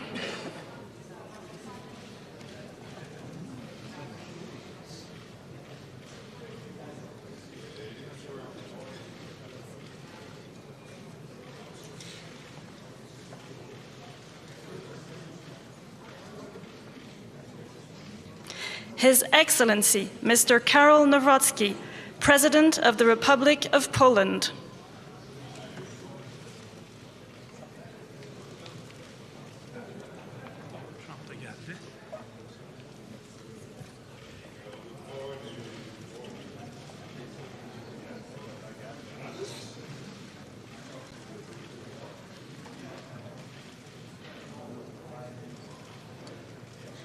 His Excellency, Mr. Gitanas Nausėda, President of the Republic of Lithuania.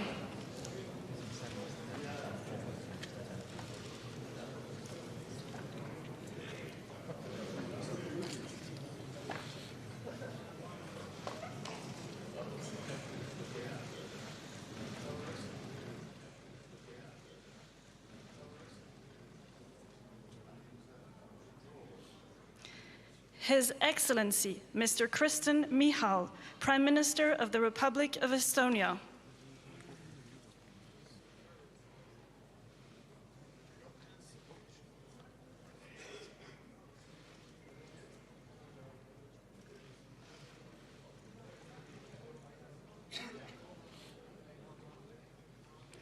His Excellency, Mr. Rob Jetten, Prime Minister of the Kingdom of the Netherlands.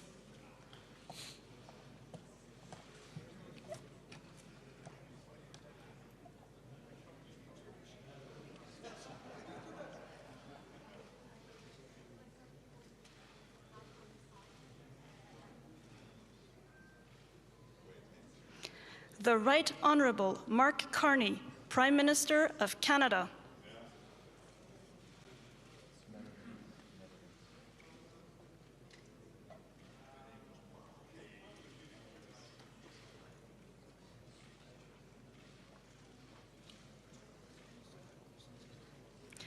Son Excellence, Monsieur Luc Frieden, Premier ministre du Grand-Duché de Luxembourg.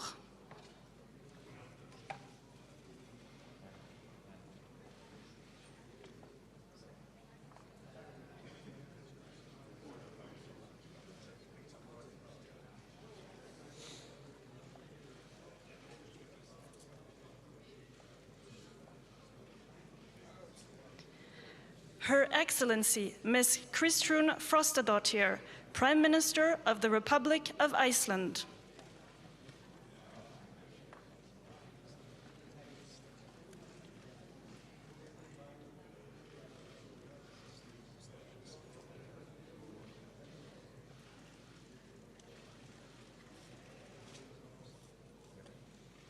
His Excellency, Mr. Jonas Gahr Støre, Prime Minister of the Kingdom of Norway.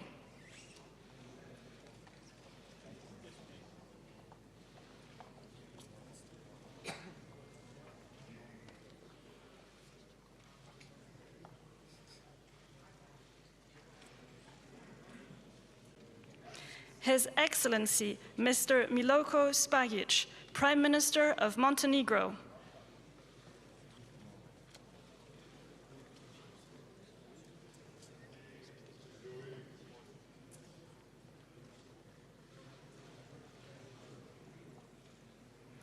His Excellency, Mr. Péter Magyar, Prime Minister of Hungary.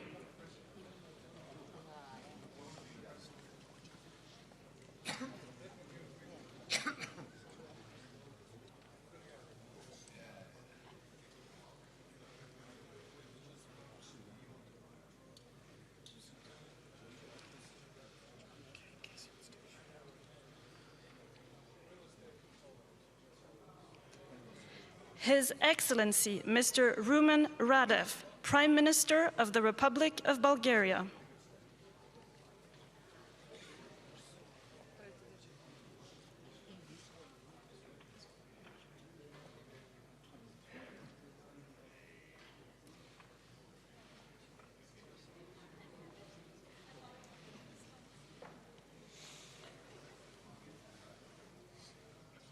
Her Excellency, Ms. Gordana Siljanovska-Davkova, President of the Republic of North Macedonia.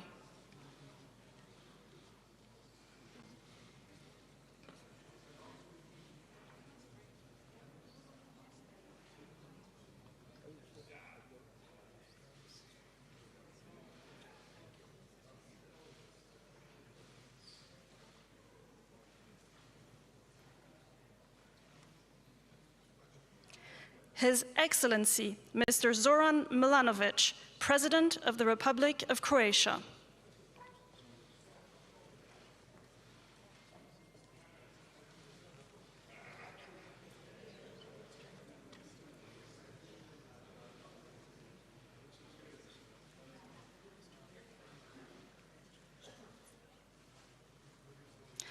The Right Honourable Mr. Keir Starmer, Prime Minister of the United Kingdom of Great Britain and Northern Ireland.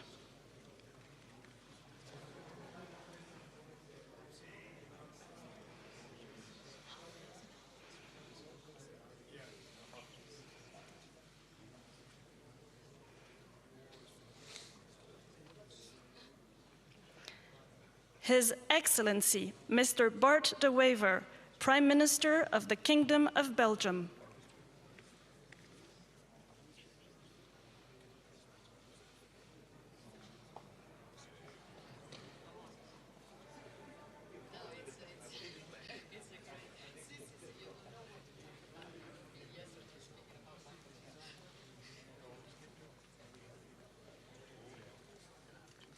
His Excellency, Mr. Pedro Sanchez, President of the Government of the Kingdom of Spain.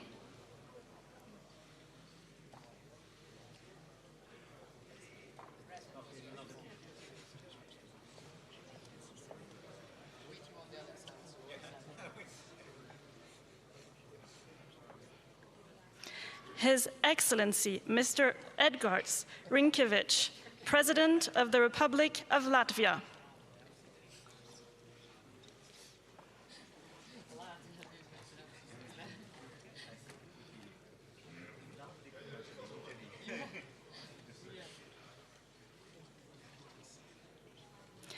Her Excellency Ms. Giorgia Meloni, President of the Council of Ministers of the Italian Republic.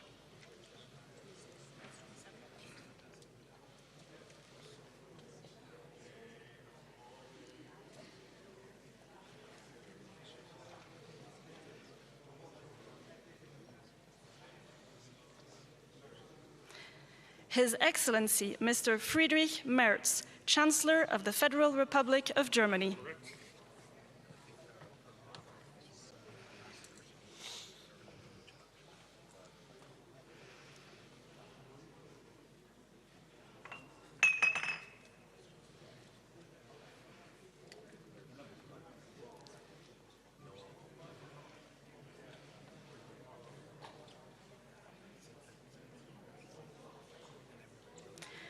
Her Excellency Ms. Mette Frederiksen, Prime Minister of the Kingdom of Denmark.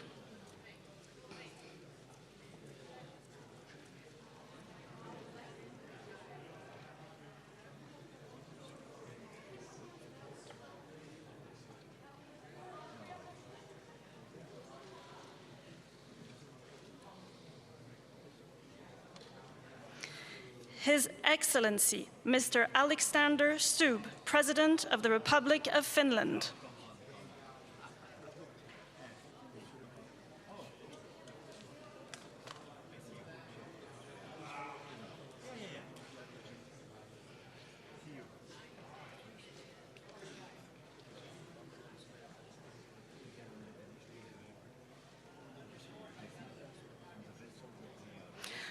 Son Excellence, Monsieur Emmanuel Macron, Président de la République française.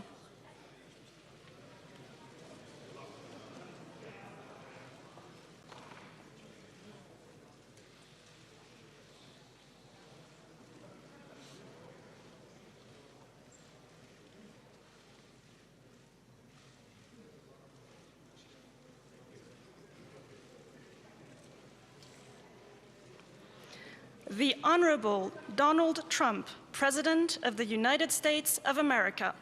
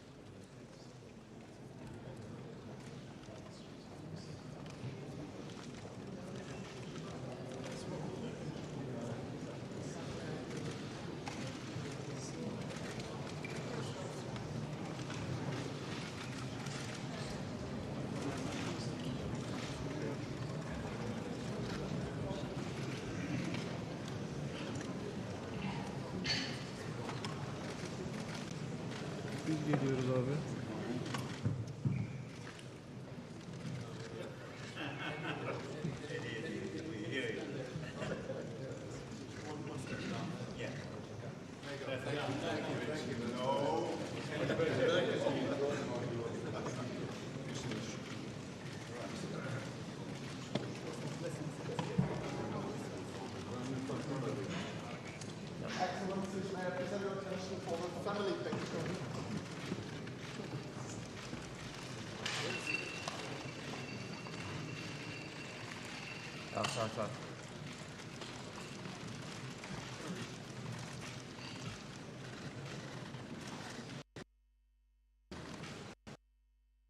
To support our economy, we've had to divert resources and funding elsewhere, and so they've not made the same commitments. But it is a testament to the fact that just two people away from each other are the Spanish and the United States leaders, and there is such animosity between those two nations. There is animosity between Donald Trump and his European allies as well. And joining us live is our security and defence analyst, Michael Clark. Professor Michael Clark, what do you make of this? They could stand together as a group for about 30 seconds and then they're already off again. Yes, it's a metaphor for where we are with NATO. It's a day of many moving parts today, Gareth, in terms of Middle East, NATO, the Greenland row again. And, I mean, as we thought, for the European allies, if they could get through this NATO summit with no more damage to NATO, that would actually be a success. Well, they're not going to. I mean, NATO is going to be damaged by this because they're talking past each other. I mean, as Deborah was saying, I mean, the European allies think that they've got quite a good story to tell about what they've done and what they're doing and the way in which they're responding to Trump's demands. But he's not listening. He's turned up determined to talk about Iran, how angry he is as the Iran crisis gets worse for him. So he's looking who to blame for it. So he blames the Europeans and his allies, who he treats like vassals because they're not supporting him as he wants. He's brought Greenland back onto the agenda. So the whole thing is now, it's about his anger on other issues than those which the Europeans wanted to talk about. When we talk about summits and we talk about events that surround them, we talk about the usefulness to nation states. For example, Russia hosts a conference in St. Petersburg, Ukraine attacks an oil refinery near St. Petersburg with drones to make a point around that conference. When the NATO summit's taking place, we see in the days preceding missiles being used by Moscow against Ukraine. Big attacks on Kyiv, to make a point. And they are useful moments for those leaders to try and build a narrative around. I ask, in the same framework, therefore, were the strikes against vessels in the Strait of Hormuz useful for President Trump to be able to then build and reframe and recenter a narrative around regarding Iran, the Middle East, and his ire at NATO allies that they didn't do enough then, and oh, look what's happening now, you're still not doing enough? Yeah, I think that may be true in that he's used that, but those attacks on the vessels in the Strait of Hormuz, it could be an example of the Iranians overplaying their hand. I've always said this, they tend to overplay their hand.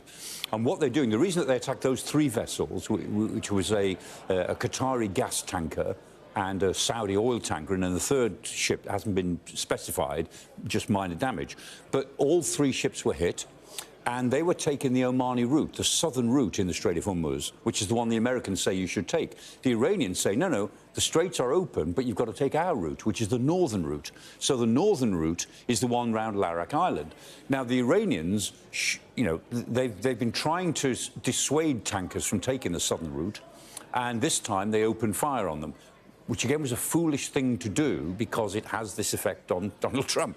And he is, whether he's genuinely angry about it or he's pretending to be angry because he's looking for somebody to blame for the fact that the talks with Iran are going nowhere, he's not getting his way on that, we don't know. But there it is, the southern route round Oman, hugging the Omani coast close, up to the Musandam Peninsula there. That's the route that the tankers were taking. And the Iranians, they hit those tankers.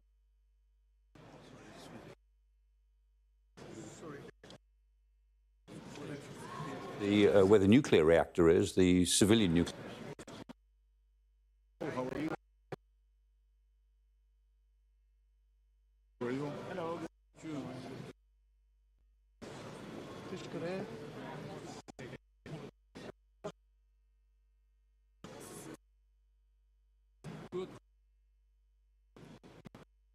So that's where we are as of now, today.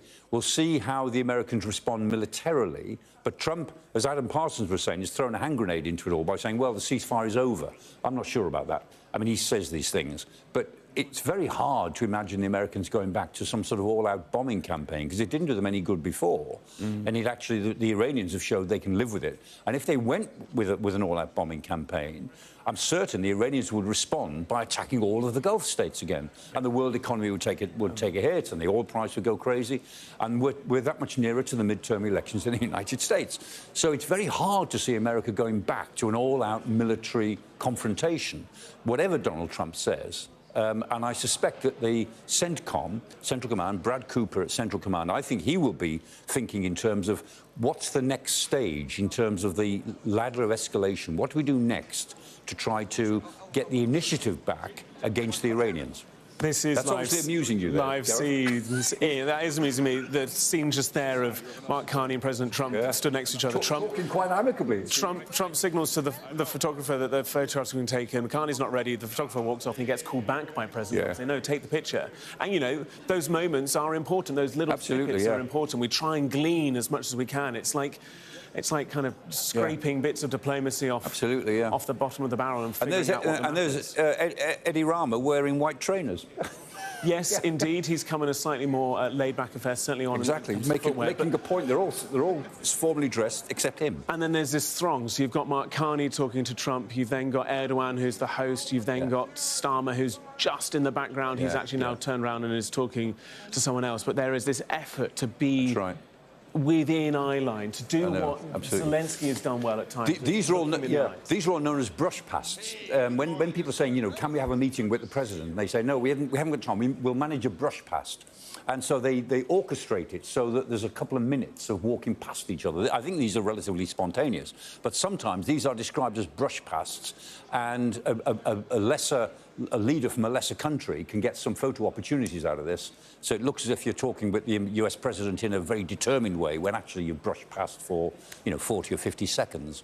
And whenever they have these things, you see a lot of people leaning in. There's always a big crowd around them. And that's because they're the interpreters. Their job is to stay close and lean over the shoulder of their principal, whoever their principal is, for interpretation purposes. So it always looks like a huddle. And when you look at the people involved, 2 or 3, statespeople, men and women, there's always about 7 people there because all the 3 or 4 others are the interpreters. And we've also got other organisations and other countries who aren't part of NATO. There's Giorgia Meloni. Other countries who aren't part of NATO but are aligned to it. People like the South Koreans have been invited, for example. You've got, the EU's present as well. So, NATO brings in more than just its member states. And it brings, I think the South Koreans are there. I think Japan is represented. I mean, as well, the Western allies, more broadly drawn, will be there because this is, despite President Trump's ability to throw in hand grenades, this is an important diplomatic gathering of the Western world, if it still exists, but of certainly Western countries. And interesting, I bet Giorgia Meloni's body language will be very very careful here, because the row between her and President Trump is that Trump posted photographs of her looking adoringly at him, or it caught that 60th of a second, and he said, "Oh, she's desperate for for pictures with me." And the Italians are very angry about that. She's trying to maintain her dignity, but the Italian press have really gone in for it. And I think she'll have to be very careful about her body language, not to appear to get too close to him, not to look as if she's too sort of grateful for his presence. I suspect she might be quite cool and cold. I haven't seen a shot of her shaking hands with him, but I think she'll be very aware of the body language issue. Not entirely sure what the process will be next. Often the press is asked to leave the room, but we might hear opening statements from Recep Tayyip Erdogan. Let's just see if there's any translation on this for us. Heads of state and government. On the basis of our decisions that we have taken in the Hague summit, we have focused on ensuring the European allies to become more better security providers. As Turkey, before 2030, we'd like to increase our defense spending to 3.5%, and we have already taken our measures to do that. In expenditures in connection with security and resilience, even now we have reached a budget share of 1.5%. In this way, as determined in The Hague, the 5% target, we aim to reach this target 5 years before the determined time. But our main success of our country is with regards to our move in defense industry. With regards to production and export capacity, we rank among the top 10 countries of the world. In the alliance, we have been allocated 361 capability targets, and almost all of them will have been covered within 3 years, even before the pledged date. We have allocated an additional budget of $24 billion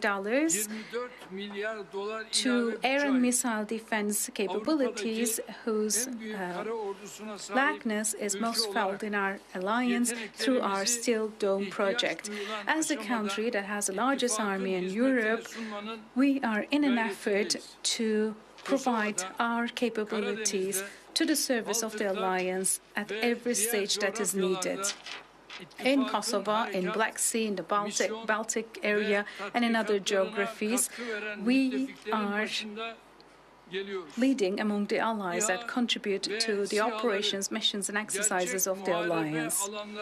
As an ally that uses the UAVs and armed UAVs successfully in real battlefields, we hope to have our Center of Excellence for Unmanned Systems countermeasures that we are foreseeing to establish to be accredited at NATO. And I believe that this center will support our response capability, especially against air and marine drone threats.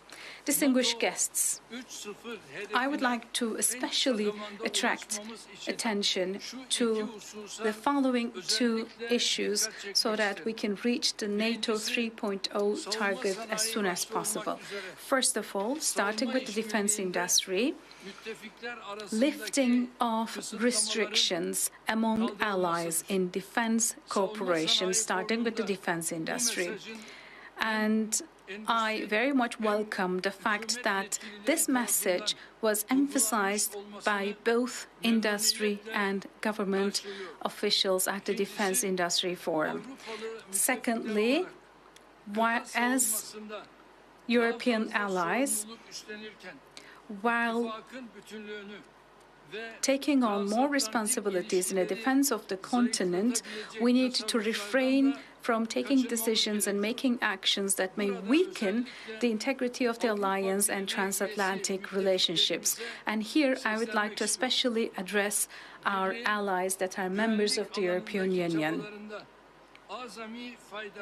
Maximum benefit in the Union's efforts in the field of security can only and only be possible through refraining from unnecessary duplications with NATO. Exclusion of allies that are not members of the Union, while a cooperation model dictated by wisdom and logic is possible, would cause limited resources to be spent in vain and create an artificial division in Europe, which we do not desire at all. It is evident that this attitude does not serve for the purposes of transatlantic defense industrial base, pointed out by Distinguished Secretary General. Distinguished counterparts, in the Ukraine war, I share President Trump's vision for peace, and I state my support to prioritize Ukraine requirements list initiative.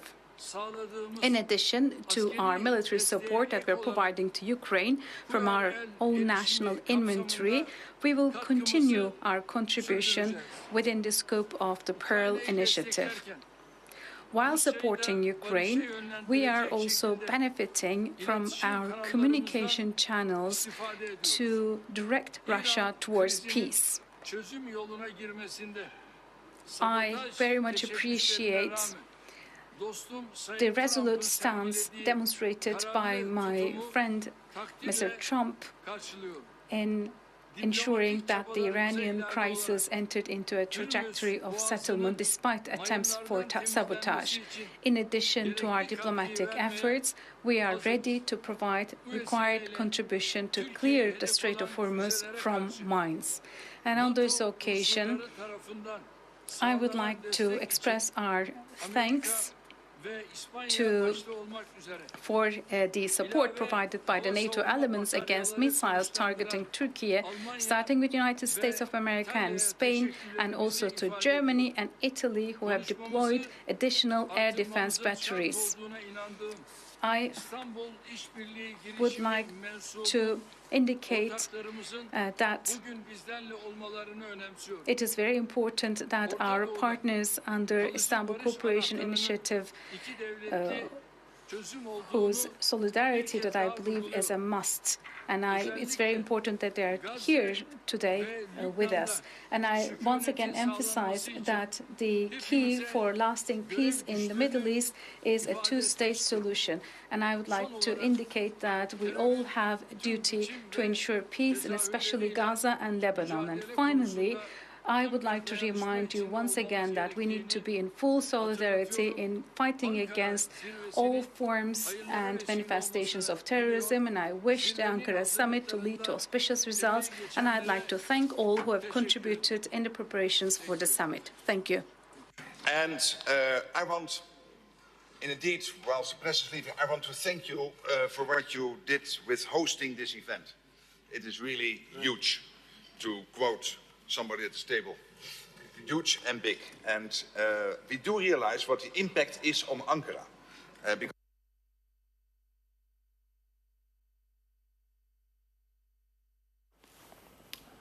well, there we are.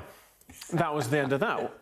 That was the end of that, wasn't it? That was the feed there is provided by NATO, so at some point we lose control of the feed that's coming to us to Sky News. So that was the opening comments being made by Recep Tayyip Erdogan, the Turkish leader. As he noted, it has the largest standing army of any European country. It's not got the highest expenditure, but when it comes to total manpower, it's second only to the United States in NATO. What did you make, Michael, of the comments that were being made there by Recep? Yeah, I mean, he was using his role as host, where you would expect him to say things about the importance of NATO and you know, acting as host of the whole meeting, to a blatantly self-serving statement of all the things that Turkey has done. Spending. Exactly. And he made a series of you know, commitments at the end, supporting the two-state solution, arguing against the unity of effort against terrorism, because he still worries about terrorist challenges with the Kurdish minorities that he's done quite well with or over. I mean, he's had a good couple of years in that respect, but he still has a role in counter-terrorism. He thinks he has. And so, and he talked about the importance of Turkey. He ran down the idea that the European Union should try to duplicate anything that NATO does. And it was all directed, of course, at the man next door but one to him on the table. It was directed towards Donald Trump. So it was a very self-serving statement, but you know, in a way, he spoke for too long, and he used the role to say what he wanted to say. That's him. I mean, it would have been done differently if Merz had done it or Starmer had done it, but you know, he was hosting, so he exploited it. We'll have a bit more of a chat with you, Michael. I also just want to flag to our viewers here on Sky, at some point we're expecting to take you live to London for a Southport inquiry update. We'll bring that to you as soon as that happens. In the interim, Michael, what did you make of the bust-up between Spain and the US? This is getting worse because the Spanish government is doubling down on it because it's popular domestically. United States is not popular in Europe at the moment, and President Trump is extremely unpopular in Europe, whatever leaders say. And the more he criticises Spain, the more the Spanish say, well, look, we have some principles here.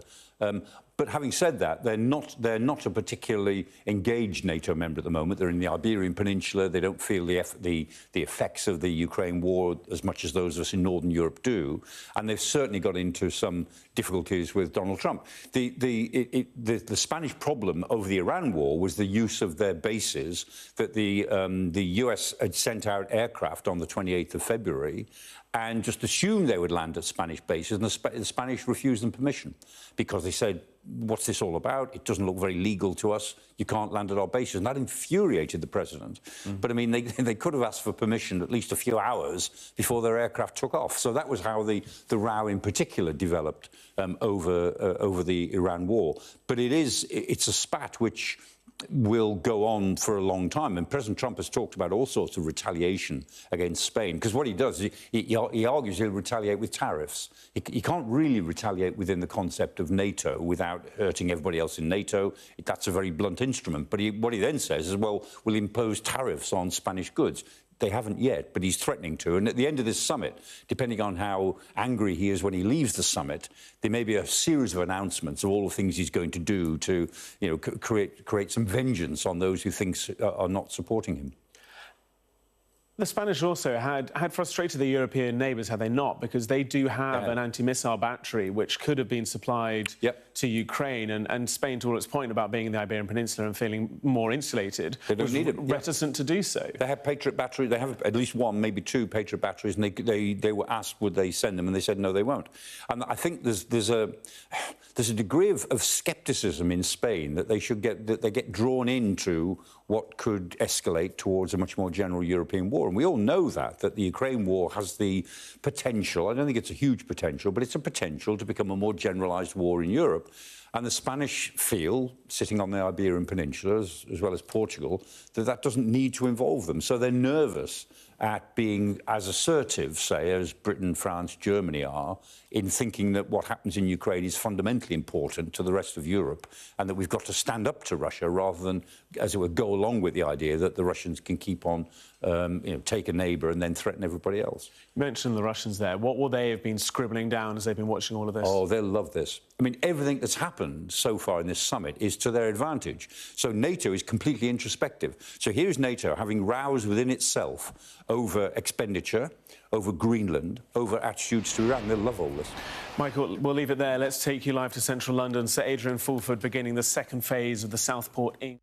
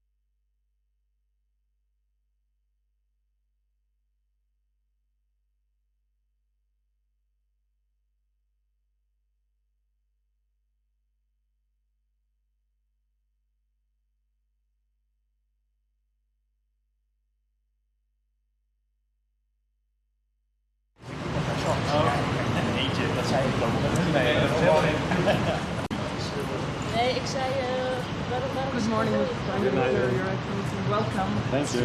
How are you?